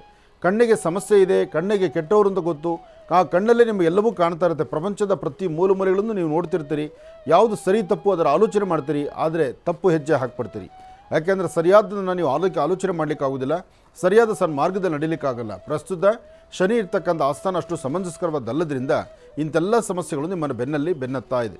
ಹಾಗಾಗಿ ತುಂಬ ಎಚ್ಚರಿಕೆಯ ನಡೆ ಇದ್ದರೆ ಖಂಡಿತ ಒಳಿತನ್ನು ಸಿದ್ಧಿಪಡಿಸ್ಕೊಳ್ತೀರಿ. ಆದರೆ ಕುಂಭರಾಶಿ ಕುಂಭಲಗ್ನದಲ್ಲಿರ್ತಕ್ಕಂಥವ್ರು ಇವತ್ತು ಮಧ್ಯಾಹ್ನ 12ರಿಂದ 4:20 ಮಧ್ಯದಲ್ಲಿ, 12ರಿಂದ 4:20 ಇದು ಅದೃಷ್ಟದ ಕಾಲ, ಹೆಚ್ಚು ಫಲಗಳನ್ನು ಸಿದ್ಧಿಪಡಿಸ್ಕೊಳ್ತಕ್ಕಂಥ ಕಾಲ. ಆದರೂ ಈ ಸಮಯದಲ್ಲಿ ತುಂಬ ಎಚ್ಚರಿಕೆ ಬೇಕು, ಜೋಪಾನ ಇರಬೇಕು. ಹಾಗೆ ಸಣ್ಣ ಸಣ್ಣ ವಿಚಾರಕ್ಕೂ ಸಹಿತ ಮೂಗಿನ ತುದಿಯಲ್ಲಿ ಕೋಪ ಇರುತ್ತೆ. ಕೋಪವನ್ನು ಕಡಿಮೆ ಮಾಡ್ಕೊಳ್ಬೇಕು, ನಗನಗ್ತಾ ಇರಬೇಕು. ಬಂದದ್ದನ್ನು ಏನೇ ಬಂದರೂ ಭಗವಂತ ನನಗೆ ಅದನ್ನು ಹೆದರಿಸೋ ಶಕ್ತಿ ಕೊಡಪ್ಪ ಅಂತ ದೇವ್ರನ್ನ ಪ್ರಾರ್ಥನೆ ಮಾಡಬೇಕು. ಹಾಗೆ ನೀವು ಯಾರೊಬ್ಬರನ್ನ ನಂಬಿದ್ರು, ಯಾರೊಬ್ಬರು ನಿಮ್ಮನ್ನು ಕೈ ಹಿಡಿದು ನಡೆಸ್ತೀವಿ ಅಂದರು, ಯಾರೊಬ್ಬರು ನಿಮ್ಮ ಸಹಾಯ ನಾನು ಮಾಡ್ತೀನಿ ಅಂದರು, ಯಾರನ್ನ ನಂಬೋದಕ್ಕಿಂತ ನಂಬಿಕೆಯಿಂದ ನಂಬಬೇಕಾದ್ದು ಭಗವಂತನ ಮಾತ್ರ ಎಂಬತಕ್ಕಂಥದ್ದರ ಅರಿವು ನೀವು ತಂದುಕೊಂಡ್ರೆ ಮಾತ್ರ ಕುಂಭರಾಶಿಯವರು ಹೆಚ್ಚಿನ ಫಲವನ್ನು ಸಿದ್ಧಿಪಡಿಸ್ಕೊಳ್ತೀರಿ. ಒಳ್ಳೆಯದಾಗಲಿ, ಶುಭವಾಗಲಿ. ಇನ್ನು ಮೀನರಾಶಿ. ಮೀನರಾಶಿ ಮೀನಲಗ್ನದಲ್ಲಿರ್ತಕ್ಕಂಥವರು ಚಂದ್ರ ಮತ್ತು ಬುಧ ಇರ್ತಕ್ಕಂಥ ಆಸ್ಥಾನ ಚೆನ್ನಾಗಿದ್ದು ತುಂಬ ದಿನಗಳ ನಂತರ ಒಂದು ಅದೃಷ್ಟವನ್ನು ಸಿದ್ಧಿಪಡಿಸ್ಕೊಳ್ತಕ್ಕಂಥ ಯೋಗ ಫಲ ಇದೆ. ಇವತ್ತು ಪ್ರಯಾಣ ಕಾಲದಲ್ಲಾಗಲಿ, ವ್ಯಾಪಾರದಲ್ಲಾಗಲಿ, ವ್ಯವಹಾರಗಳಲ್ಲಾಗಲಿ ತಾವು ಏನು ಚಿಂತನೆ ಮಾಡ್ತಿದ್ರು ಆ ಚಿಂತನೆಯ ಪ್ರತಿಫಲ ಅದೃಷ್ಟವನ್ನು ತರುವಂಥ ರೀತಿ ಇರುತ್ತೆ. ಇವತ್ತು ಸಾಧ್ಯವಾದಷ್ಟು ನಿಮ್ಮ ಮನೆ ದೇವರ ಪ್ರಾರ್ಥನೆ ಮಾಡಿ ಗುರು ಹಿರಿಯರ ಆಶೀರ್ವಾದ ಪಡೆದು ಒಳ್ಳೆಯ ಸನ್ಮಾರ್ಗದತ್ತ ನಡೆದಿದೆ ಆದರೆ ಅದೃಷ್ಟದ ಫಲ ನಿಮ್ಮದಾಗುತ್ತೆ. ಹಾಗೆ ಸಣ್ಣ ಸಣ್ಣ ವಿಚಾರವನ್ನು ಸಹಿತ ಬೇರೆ ಬೇರೆ ಥರ ಆಲೋಚನೆಗಳು ಮಾಡೋಕ್ಕೆ ಶುರು ಮಾಡ್ತಿರಲ್ಲ, ಆ ಆಲೋಚನೆಗಳನ್ನು ದೂರ ಮಾಡಿಕೊಂಡು ಒಳ್ಳೆಯ ಸನ್ಮಾರ್ಗದತ್ತಿದ್ದರೆ ಹೆಚ್ಚಿನ ಫಲವನ್ನು ತಾವು ಸಿದ್ಧಿಪಡಿಸ್ಕೊಂಡಂಗೆ ಆಗುತ್ತೆ. ಇವತ್ತು ಸಣ್ಣ ಮಕ್ಕಳಿಂದ ಹಿಡಿದು ವಯಸ್ಸಾಗಿರ್ತಕ್ಕಂಥ ವೃದ್ಧರವರೆಗೂ ಆರೋಗ್ಯದಲ್ಲಿ ಸಣ್ಣ ಪುಟ್ಟ ವ್ಯತ್ಯಾಸ ಕಾಣ್ತಿರುತ್ತೆ. ಅದನ್ನು ಆಗಿಂದಾಗಲೇ ಸರಿಪಡಿಸ್ಕೊಳ್ಳೋದು ಬಹಳ ಉತ್ತಮ. ಅದನ್ನು ವೈದ್ಯರ ತನಕ ತೆಗೆದುಕೊಂಡು ಹೋಗೋದು ಬೇಡ. ಮನೆ ಪ್ರಾಂತ್ಯದಲ್ಲೇ ಏನು ಸಾಧ್ಯವಾಗುತ್ತೋ ಸರಿಪಡಿಸ್ಕೊಳ್ಳಿ. ಹಾಗಂತ ದೊಡ್ಡ ಸಮಸ್ಯೆಗಳೇನು ಆಗೋದಲ್ಲ, ಆದರೆ ಸಣ್ಣ ಸಮಸ್ಯೆ ನಿಮಗೆ ದೊಡ್ಡದಾಗಿ ಕಾಣ್ತಾ ಇರುತ್ತಷ್ಟೇ. ಧೈರ್ಯವಾಗಿರಿ, ಹೆದರೋದು ಬೇಡ. ಒಳ್ಳೆಯದಾಗಲಿ, ಶುಭವಾಗಲಿ. ಇನ್ನು ಈಗ ಕಾರ್ಯಕ್ರಮದಲ್ಲಿ ಮತ್ತೊಂದು ಕರೆಸಿದ್ಧವಾಗಿದೆ, ಬನ್ನಿ ಸ್ವೀಕರಿಸೋಣ. ಹಲೋ ಹಲೋ ಹಲೋ ಅಮ್ಮ, ನಮಸ್ತೆ, ಚೆನ್ನಾಗಿದ್ದೀರಾ? ನಮಸ್ತೆ ಗುರುಜಿ. ನಮಸ್ತೆ ಅಮ್ಮ, ಎಲ್ಲಿಂದ ಕರೆ ಮಾಡ್ತಿದ್ದೀರಿ? ನಮಸ್ತೆ ಗುರುಜಿ. ನಮಸ್ತೆ ತಾಯಿ. ಅಮ್ಮ, ತಾವು ಟಿವಿ ನೋಡ್ತಾ ಇದ್ದೀರಾ ಅನ್ಸುತ್ತೆ? ಇಲ್ಲ ಸರ್. ಟಿವಿ ನೋಡಬೇಡಿ, ಕನ್ಫ್ಯೂಷನ್ ಆಗುತ್ತೆ. ಹಾಗಾಗಿ ಫಸ್ಟ್ ಇಲ್ಲಿ ಮಾತಾಡ್ಬಿಡಿ, ಆಮೇಲೆ ಟಿವಿಲಿ ಬರ್ತಾವ ಅದನ್ನ ನೋಡ್ಕೊಳ್ಳುವಂತ್ರಿ, ಆಯ್ತಾ? ಇಲ್ಲಿ ಮಾತಾಡ್ಕೊಂಬಿಡಿ. ಹಾ ಅಮ್ಮ, ತಮ್ಮ ಹೆಸರು ತಿಳ್ಕೊಬೋದಾ? ನಮ್ಮ ಹೆಸರು ಜ್ಯೋತಿ ಅಮ್ಮ ಅಂತ ಸರ್. ಜ್ಯೋತಿ ಅಮ್ಮ ಅಂತ ಹೇಳಿ. ಗುರುಜಾ ನಮ್ಮ ಜೊತೆ ಇದ್ದಾರಮ್ಮ, ಮಾತಾಡಿ ತಾಯಿ. ಹಲೋ. ಸರ್. ಹಲೋ. ನಮಸ್ತೆ ಗುರುಜಿ. ನಮಸ್ತೆ ತಾಯಿ, ಹೇಳಮ್ಮ. ಗುರುಜಿ, ನನ್ನ ಮಗನಿಗೆ ಹೆಣ್ಣು ಸಿಗ್ತಾ ಇಲ್ಲ ಗುರುಜಿ. ಏನು ಮಾಡ್ತಿದ್ದಾರೆ ಮಗ? ಗುರುಜಿ 3 ವರ್ಷದಿಂದ ನೋಡ್ತಾ ಇದ್ದೀನಿ, ನನ್ನ ಮಗನಿಗೆ ಹೆಣ್ಣು ಸಿಗ್ತಾ ಇಲ್ಲ ಗುರುಜಿ. ಏನು ಓದಿದಾರಮ್ಮ ಮಗ? ಏನು ಓದಿದ್ದಾರೆ? ಏನು ಕೆಲಸ ಮಾಡ್ತಿದ್ದಾರೆ? ಗುರುಜಿ, ಮಗ ಲಿಫ್ಟ್ ಕೆಲಸ ಮಾಡ್ತಾರೆ. ಲಿಫ್ಟ್ ಕೆಲಸನಲ್ಲಿ ಅವನು ಒಂದು ಸೂಪರ್ವೈಸರ್ ತರ. ಲಿಫ್ಟಲ್ಲಿ ಸೂಪರ್ವೈಸರ್. ಆಗ್ಲಿಮ್ಮ. ಏನು ಓದಿದಾರಾ? ಸೆಕೆಂಡ್ PUC ಓದಿದ್ದಾರೆ ಸರ್. ಸೆಕೆಂಡ್ PUC ಓದಿದ್ದಾರೆ. ಯಾಕೆ ಯಾವುದು ಹೆಣ್ಣು ಸಿಗ್ತಾ ಇಲ್ವಾ? ನೀವು ನೋಡ್ತಾ ಇದ್ದೀರಾ? ನೋಡ್ತಾ ಇದೀವಿ ಗುರುಜಿ, ಹೆಣ್ಣು ಸಿಗ್ತಾ ಇಲ್ಲ. ಜಾತಕ ಕೇಳ್ತಾರೆ, ಸುಮ್ನೆ ಜಾತಕ ಕೇಳ್ತಾರೆ ಅಷ್ಟೇ. ಏನು ಇದು ಹೇಳಲ್ಲ ಅವರು, ಸುಮ್ನೆ ಆಗ್ಬಿಡ್ತಾರೆ. 3 ವರ್ಷದಿಂದ ನೋಡ್ತಾ ಇದೀನಿ, ಎಂತದಿ ಎಲ್ಲಿ ಸೆಟ್ ಆಗ್ತಾ ಇಲ್ಲ ಗುರುಜಿ. ಹುಡುಗ ಇದ್ದಾನ ಗುರುಜಿ? ಅಮ್ಮ, ಮಗ ಇದ್ದಾನ ಮನೆಯಲ್ಲಿ? ಗುರುಜಿ, ಅವನ್ ಕೆಲ್ಸದ ಮೇಲೆ ಎಲ್ಲೋ ಊರಿಗೆ ಹೋಗಿದ್ದಾನೆ ಗುರುಜಿ ಅವನು. ಹೋಲಿ. ಅವ್ರ ಜನ್ಮ ನಕ್ಷತ್ರ ಗೊತ್ತಮ್ಮ? ಗುರುಜಿ, ಜನ್ಮ ನಕ್ಷತ್ರ ಗೊತ್ತಿಲ್ಲ, ರಾಶಿ ಗೊತ್ತಿದೆ. ಅವನು ಡೇಟ್ ಆಫ್ ಬರ್ತ್ ಗೊತ್ತಿದೆ ಗುರುಜಿ. ಅವ್ರ ರಾಶಿ ಯಾವ್ದಮ್ಮ? ರಾಶಿ ಮಿಥುನ ರಾಶಿ ಗುರುಜಿ. ಮಿಥುನ ರಾಶಿ. ಗೋಪಾಲ್ ಅಂತ. ಆಗಲಿ, ಒಳ್ಳೆಯದಾಗಲಿ. ಆದಷ್ಟು ಬೇಗ ಅನುಕೂಲ ಆಗುತ್ತೆ. ಧೈರ್ಯವಾಗಿರಿ. ನೀವು ಸಾಧ್ಯವಾದರೆ ಒಂದು 9 ಮಂಗಳವಾರ ಮನೆ ದೇವರ ಪ್ರಾರ್ಥನೆ ಮಾಡಿಕೊಂಡು ಮಂಗಳವಾರ ದಿವಸ ತಲೆಗೆ ಸ್ನಾನ ಮಾಡಿಕೊಂಡು ಸುಬ್ರಹ್ಮಣ್ಯೇಶ್ವರನ ದೇವಸ್ಥಾನಕ್ಕೆ ಹೋಗಿ ಪ್ರಾರ್ಥನೆ ಮಾಡಿ ಬರಲಿಕ್ಕೆ ಹೇಳಿ. 9 ಮಂಗಳವಾರ ಅಲ್ಲೆಲ್ಲಾದರೂ ಹುತ್ತಾ ಇದ್ದರೆ, ನಿಮ್ಮ ಮನೆ ಸುತ್ತಮುತ್ತ ಹುತ್ತಾ ಇದ್ದರೆ ಆ ಹುತ್ತಕ್ಕೆ 9 ಪ್ರದಕ್ಷಿಣೆ ಮಾಡಿ ಆ ಹುತ್ತದ ಮಣ್ಣಿನ ಪ್ರಸಾದ ಒಂದು ಸ್ವಲ್ಪ ಹಣೆಗೆ ಹಚ್ಕೊಳ್ಳೋದಕ್ಕೆ ಹೇಳಿ. ಇಷ್ಟೇ ಮಾಡಲಿ. ಮಂಗಳವಾರದ ದಿವಸ ದೇವರನ್ನ ಸುಬ್ರಹ್ಮಣ್ಯೇಶ್ವರನ ಪ್ರಾರ್ಥನೆ ಮಾಡಿದ್ರೆ ಆತನ ಜಾತಕದಲ್ಲಿ ವಿವಾಹದಲ್ಲಿ ಏನಾದರೂ ದೋಷಗಳಿದ್ದರೆ ಬೇಗ ದೂರ ಆಗುತ್ತೆ. ಇದು ಶಾಸ್ತ್ರಬದ್ಧವಾಗಿ ಆಗಮಶಾಸ್ತ್ರ ಪ್ರಕಾರ ಇಷ್ಟು ಮಾಡಿದ್ರೆ ಸಾಕು, ಕೆಲಸ ಆಗುತ್ತೆ. ಇದನ್ನು ಹೊರತುಪಡಿಸಿ ಇನ್ನು ಹೆಣ್ಣು ಅಂತಕ್ಕಂಥದ್ದು ಬರೀ ನಿಮಗಷ್ಟೇ ಅಲ್ಲ, ಎಲ್ಲರ ಮನೆಗಳಲ್ಲೂ ಈ ಸಮಸ್ಯೆ ಶುರುವಾಗಿ ಹೋಗ್ತಾ ಇದೆ. ಹಾಗಾಗಿ ಹೆಣ್ಣು ಮಕ್ಕಳ ಮನೆ ಪರಿಸ್ಥಿತಿ ಈಗ ಹಂಗಾಗಿದೆ. ಅನ್ನೊಂದು ಮೊದಲೆಲ್ಲ ಒಂದು ಮದುವೆ ಆದರೆ ಅದೇ ದೊಡ್ಡ ಜೀವನ ಆಗೋಗ್ತಾ ಇತ್ತು. ಹೆಣ್ಣು ಮಕ್ಕಳಿಗೆ ಮದುವೆ ಮಾಡೋದು ಬಹಳ ಕಷ್ಟ ಇತ್ತು. ಹೆಣ್ಣೆತ್ತ ತಂದೆ ತಾಯಿ ಅಂದರೆ ಆಲೋಚನೆ ಮಾಡೋರು. ಒಂದು ಮನೆಗೆ ಒಂದು ಹೆಣ್ಣು ಮಗು ಹುಟ್ಟಿದ್ರೆ, ಅಪ್ಪ ನಮ್ಮ ಮನೆಗೆ ಹೆಣ್ಣು ಹುಟ್ಟುತ್ತಲ್ಲ, ನಾಳೆ ಅವಳು ಮದುವೆ ಮಾಡೋದೇಗಪ್ಪ, ಹೇಗೆ ಅವಳು ಜವಾಬ್ದಾರಿ ತೀರಿಸೋದು ಅಂತಿತ್ತು. ಇವತ್ತು ಹಂಗಲ್ಲ. ಹೆಣ್ಣುಮಕ್ಕಳ ಮದುವೆ ಹೆಣ್ಣುಮಕ್ಳು ಹುಟ್ಟಿದ್ದಾರೆ ಅಂದರೆ ಅವ್ರಿಗೆ ಮೊದಲು ವರದಕ್ಷಿಣೆ ಹುಡುಗನು ಕೊಡಬೇಕಿತ್ತು. ಈಗ ಹಂಗಲ್ಲ, ಹುಡುಗಿಗೆ ವಧು ದಕ್ಷಿಣೆ ಕೊಡಬೇಕೀಗ. ವಧು ದಕ್ಷಿಣೆ ಕೊಟ್ಟು ಮದುವೆ ಮಾಡ್ಕೊಂಡು ಬರಬೇಕು, ಆ ಮಟ್ಟಕ್ಕೆ ಬಂದುಬಿಟ್ಟಿದೆ ಪರಿಸ್ಥಿತಿ. ಅಂದರೆ ಎಲ್ಲ ಬದಲಾವಣೆಗಳು ಕಾರಣ ನಾವು ಮಾಡ್ತಿರ್ತಕ್ಕಂಥ ನಮ್ಮಲ್ಲಿರ್ತಕ್ಕಂಥ ಕೆಲವು ಗುಣಗಳು ಈ ಮಟ್ಟಕ್ಕೆ ಮುಂದಕ್ಕೆ ಹೋಗ್ತಾ ಇದೆ. ಆದರೆ ಮುಂಬರ್ತಕ್ಕಂಥದ್ದಲ್ಲಿ ಪುನಃ ಬದಲಾಗುತ್ತಿದ್ದು. ಏನೇ ಆದರೂ ಕಾಲಚಕ್ರ ಇದು. ಇವತ್ತು ಮೇಲೆತ್ತಿದ್ದು ನಾಳೆ ತಲೆಗೆ ಇಳಲೇಬೇಕು. ಬರುತ್ತೆ. ಏನೋ ಮಧ್ಯದಲ್ಲಿ ಒಂದು ಸ್ವಲ್ಪ ದಿವಸ ಎಲ್ಲರಿಗೂ ನೋವಿರುತ್ತೆ. ಆಲೋಚನೆ ಮಾಡಬೇಡಿ. ನಿಮ್ಮ ಮಗನಿಗೆ ಆದಷ್ಟು ಬೇಗ ಕಾರ್ಯಸಿದ್ಧಿ ಆಗುತ್ತೆ, ವಿವಾಹ ಆಗುತ್ತೆ. ವಿವಾಹಕ್ಕೆ ಯೋಗ್ಯವಾದಂಥ ಸಮಯ ಹತ್ತಿರ ಬರುತ್ತೆ. ಆದರೆ ನಾನು ಹೇಳಿರುವಂಥ ಸಣ್ಣ ಪುಟ್ಟ ಪರಿಹಾರಗಳು ಮಾಡ್ಕೊಳ್ಳಿ, ಖಂಡಿತ ಒಳಿತಾಗತ್ತಮ್ಮ. ಒಳ್ಳೆಯದಾಗಲಿ. ಕಾರ್ಯಕ್ರಮಕ್ಕೆ ಕರೆ ಮಾಡೋದಕ್ಕಾಗಿ ತಮಗೆ ಧನ್ಯವಾದಗಳಮ್ಮ. ಒಳ್ಳೆಯದಾಗಲಿ, ಶುಭವಾಗಲಿ. ಇನ್ನು ಈಗ ಮಹರ್ಷಿವಾಣಿ ಕಾರ್ಯಕ್ರಮದಲ್ಲಿ ಮತ್ತೊಂದು ಕರೆ ಸಿದ್ಧವಾಗಿದೆ, ಬನ್ನಿ ಸ್ವೀಕರಿಸೋಣ. ಹಲೋ ಹಲೋ ಅಮ್ಮ, ನಮಸ್ತೆ. ಚೆನ್ನಾಗಿದ್ದೀರಾ ಅಮ್ಮ? ಸ್ವಲ್ಪ ಜೋರಾಗಿ ಮಾತಾಡ್ತೀರಾ?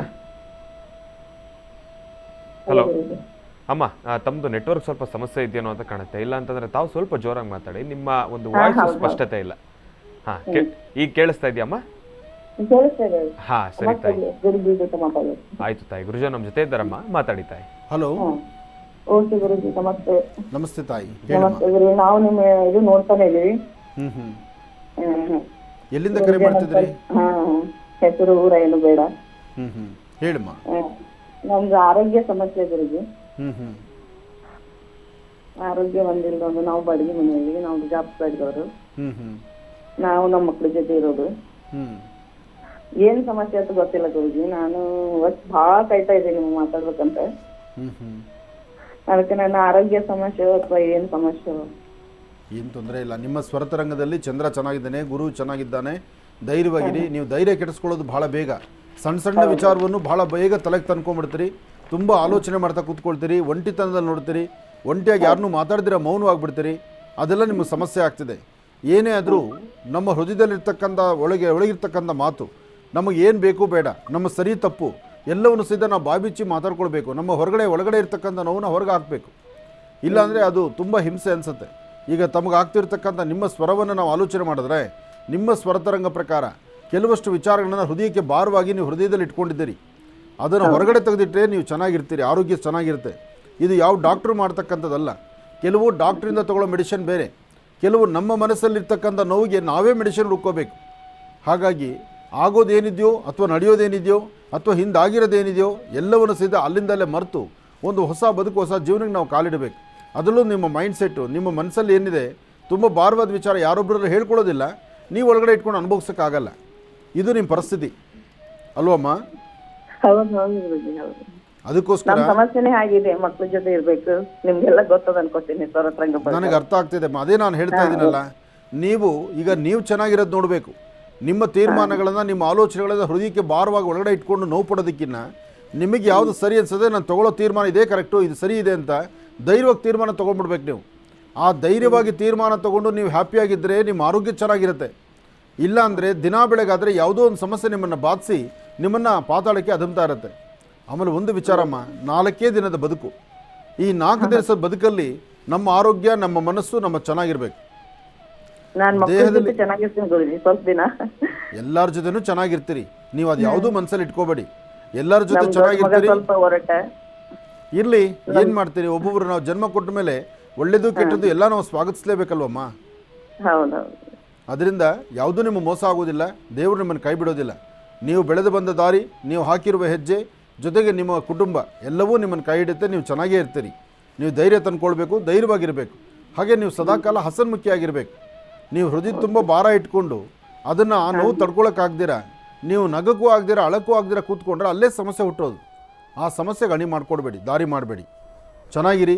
ಸಾಧ್ಯವಾದರೆ ಪ್ರತಿದಿನ ಸಂಜೆ ಸೂರ್ಯಾಸ್ತಮ ಕಾಲ ಆಗ ನಿಮ್ಮ ಕುಲದೇವರನ್ನ ಪ್ರಾರ್ಥನೆ ಮಾಡಿ ತಪ್ಪದಿರೋ ಒಂದು ದೀಪ ಹಚ್ಚಿ ನಮಸ್ಕಾರ ಮಾಡಿ. ಇಷ್ಟು ಮಾಡಿ ಸಾಕು, ನಿಮ್ಮ ಜೀವನದಲ್ಲಿ ಬೆಳಕಾಗತ್ತೆ. ಒಳ್ಳೆಯದಾಗಲಿ ತಾಯಿ. ಕಾರ್ಯಕ್ರಮಕ್ಕೆ ಕರೆ ಮಾಡೋದಕ್ಕಾಗಿ ತಮಗೆ ಧನ್ಯವಾದಗಳಮ್ಮ. ಒಳ್ಳೆಯದಾಗಲಿ, ಶುಭವಾಗಲಿ. ಇನ್ನು ಈಗ ಕಾರ್ಯಕ್ರಮಕ್ಕೆ ಬಹಳ ವಿಶೇಷವಾಗಿರ್ತಕ್ಕಂಥ ಒಂದು ಪತ್ರ ಬಂದಿದೆ. ಪತ್ರ ಜೊತೆ ಪ್ರಸಾದವೂ ಕೂಡ ಬಂದಿದೆ. ಪತ್ರಗಳನ್ನು ಸ್ವೀಕರಿಸ್ತಕ್ಕಂಥ ಸಮಯ ಇದೀಗ. ಈಗ ಪ್ರಾರಂಭವನ್ನು ಮಾಡೋಣ. ಚಕ್ಷುರ್ಮತಿ.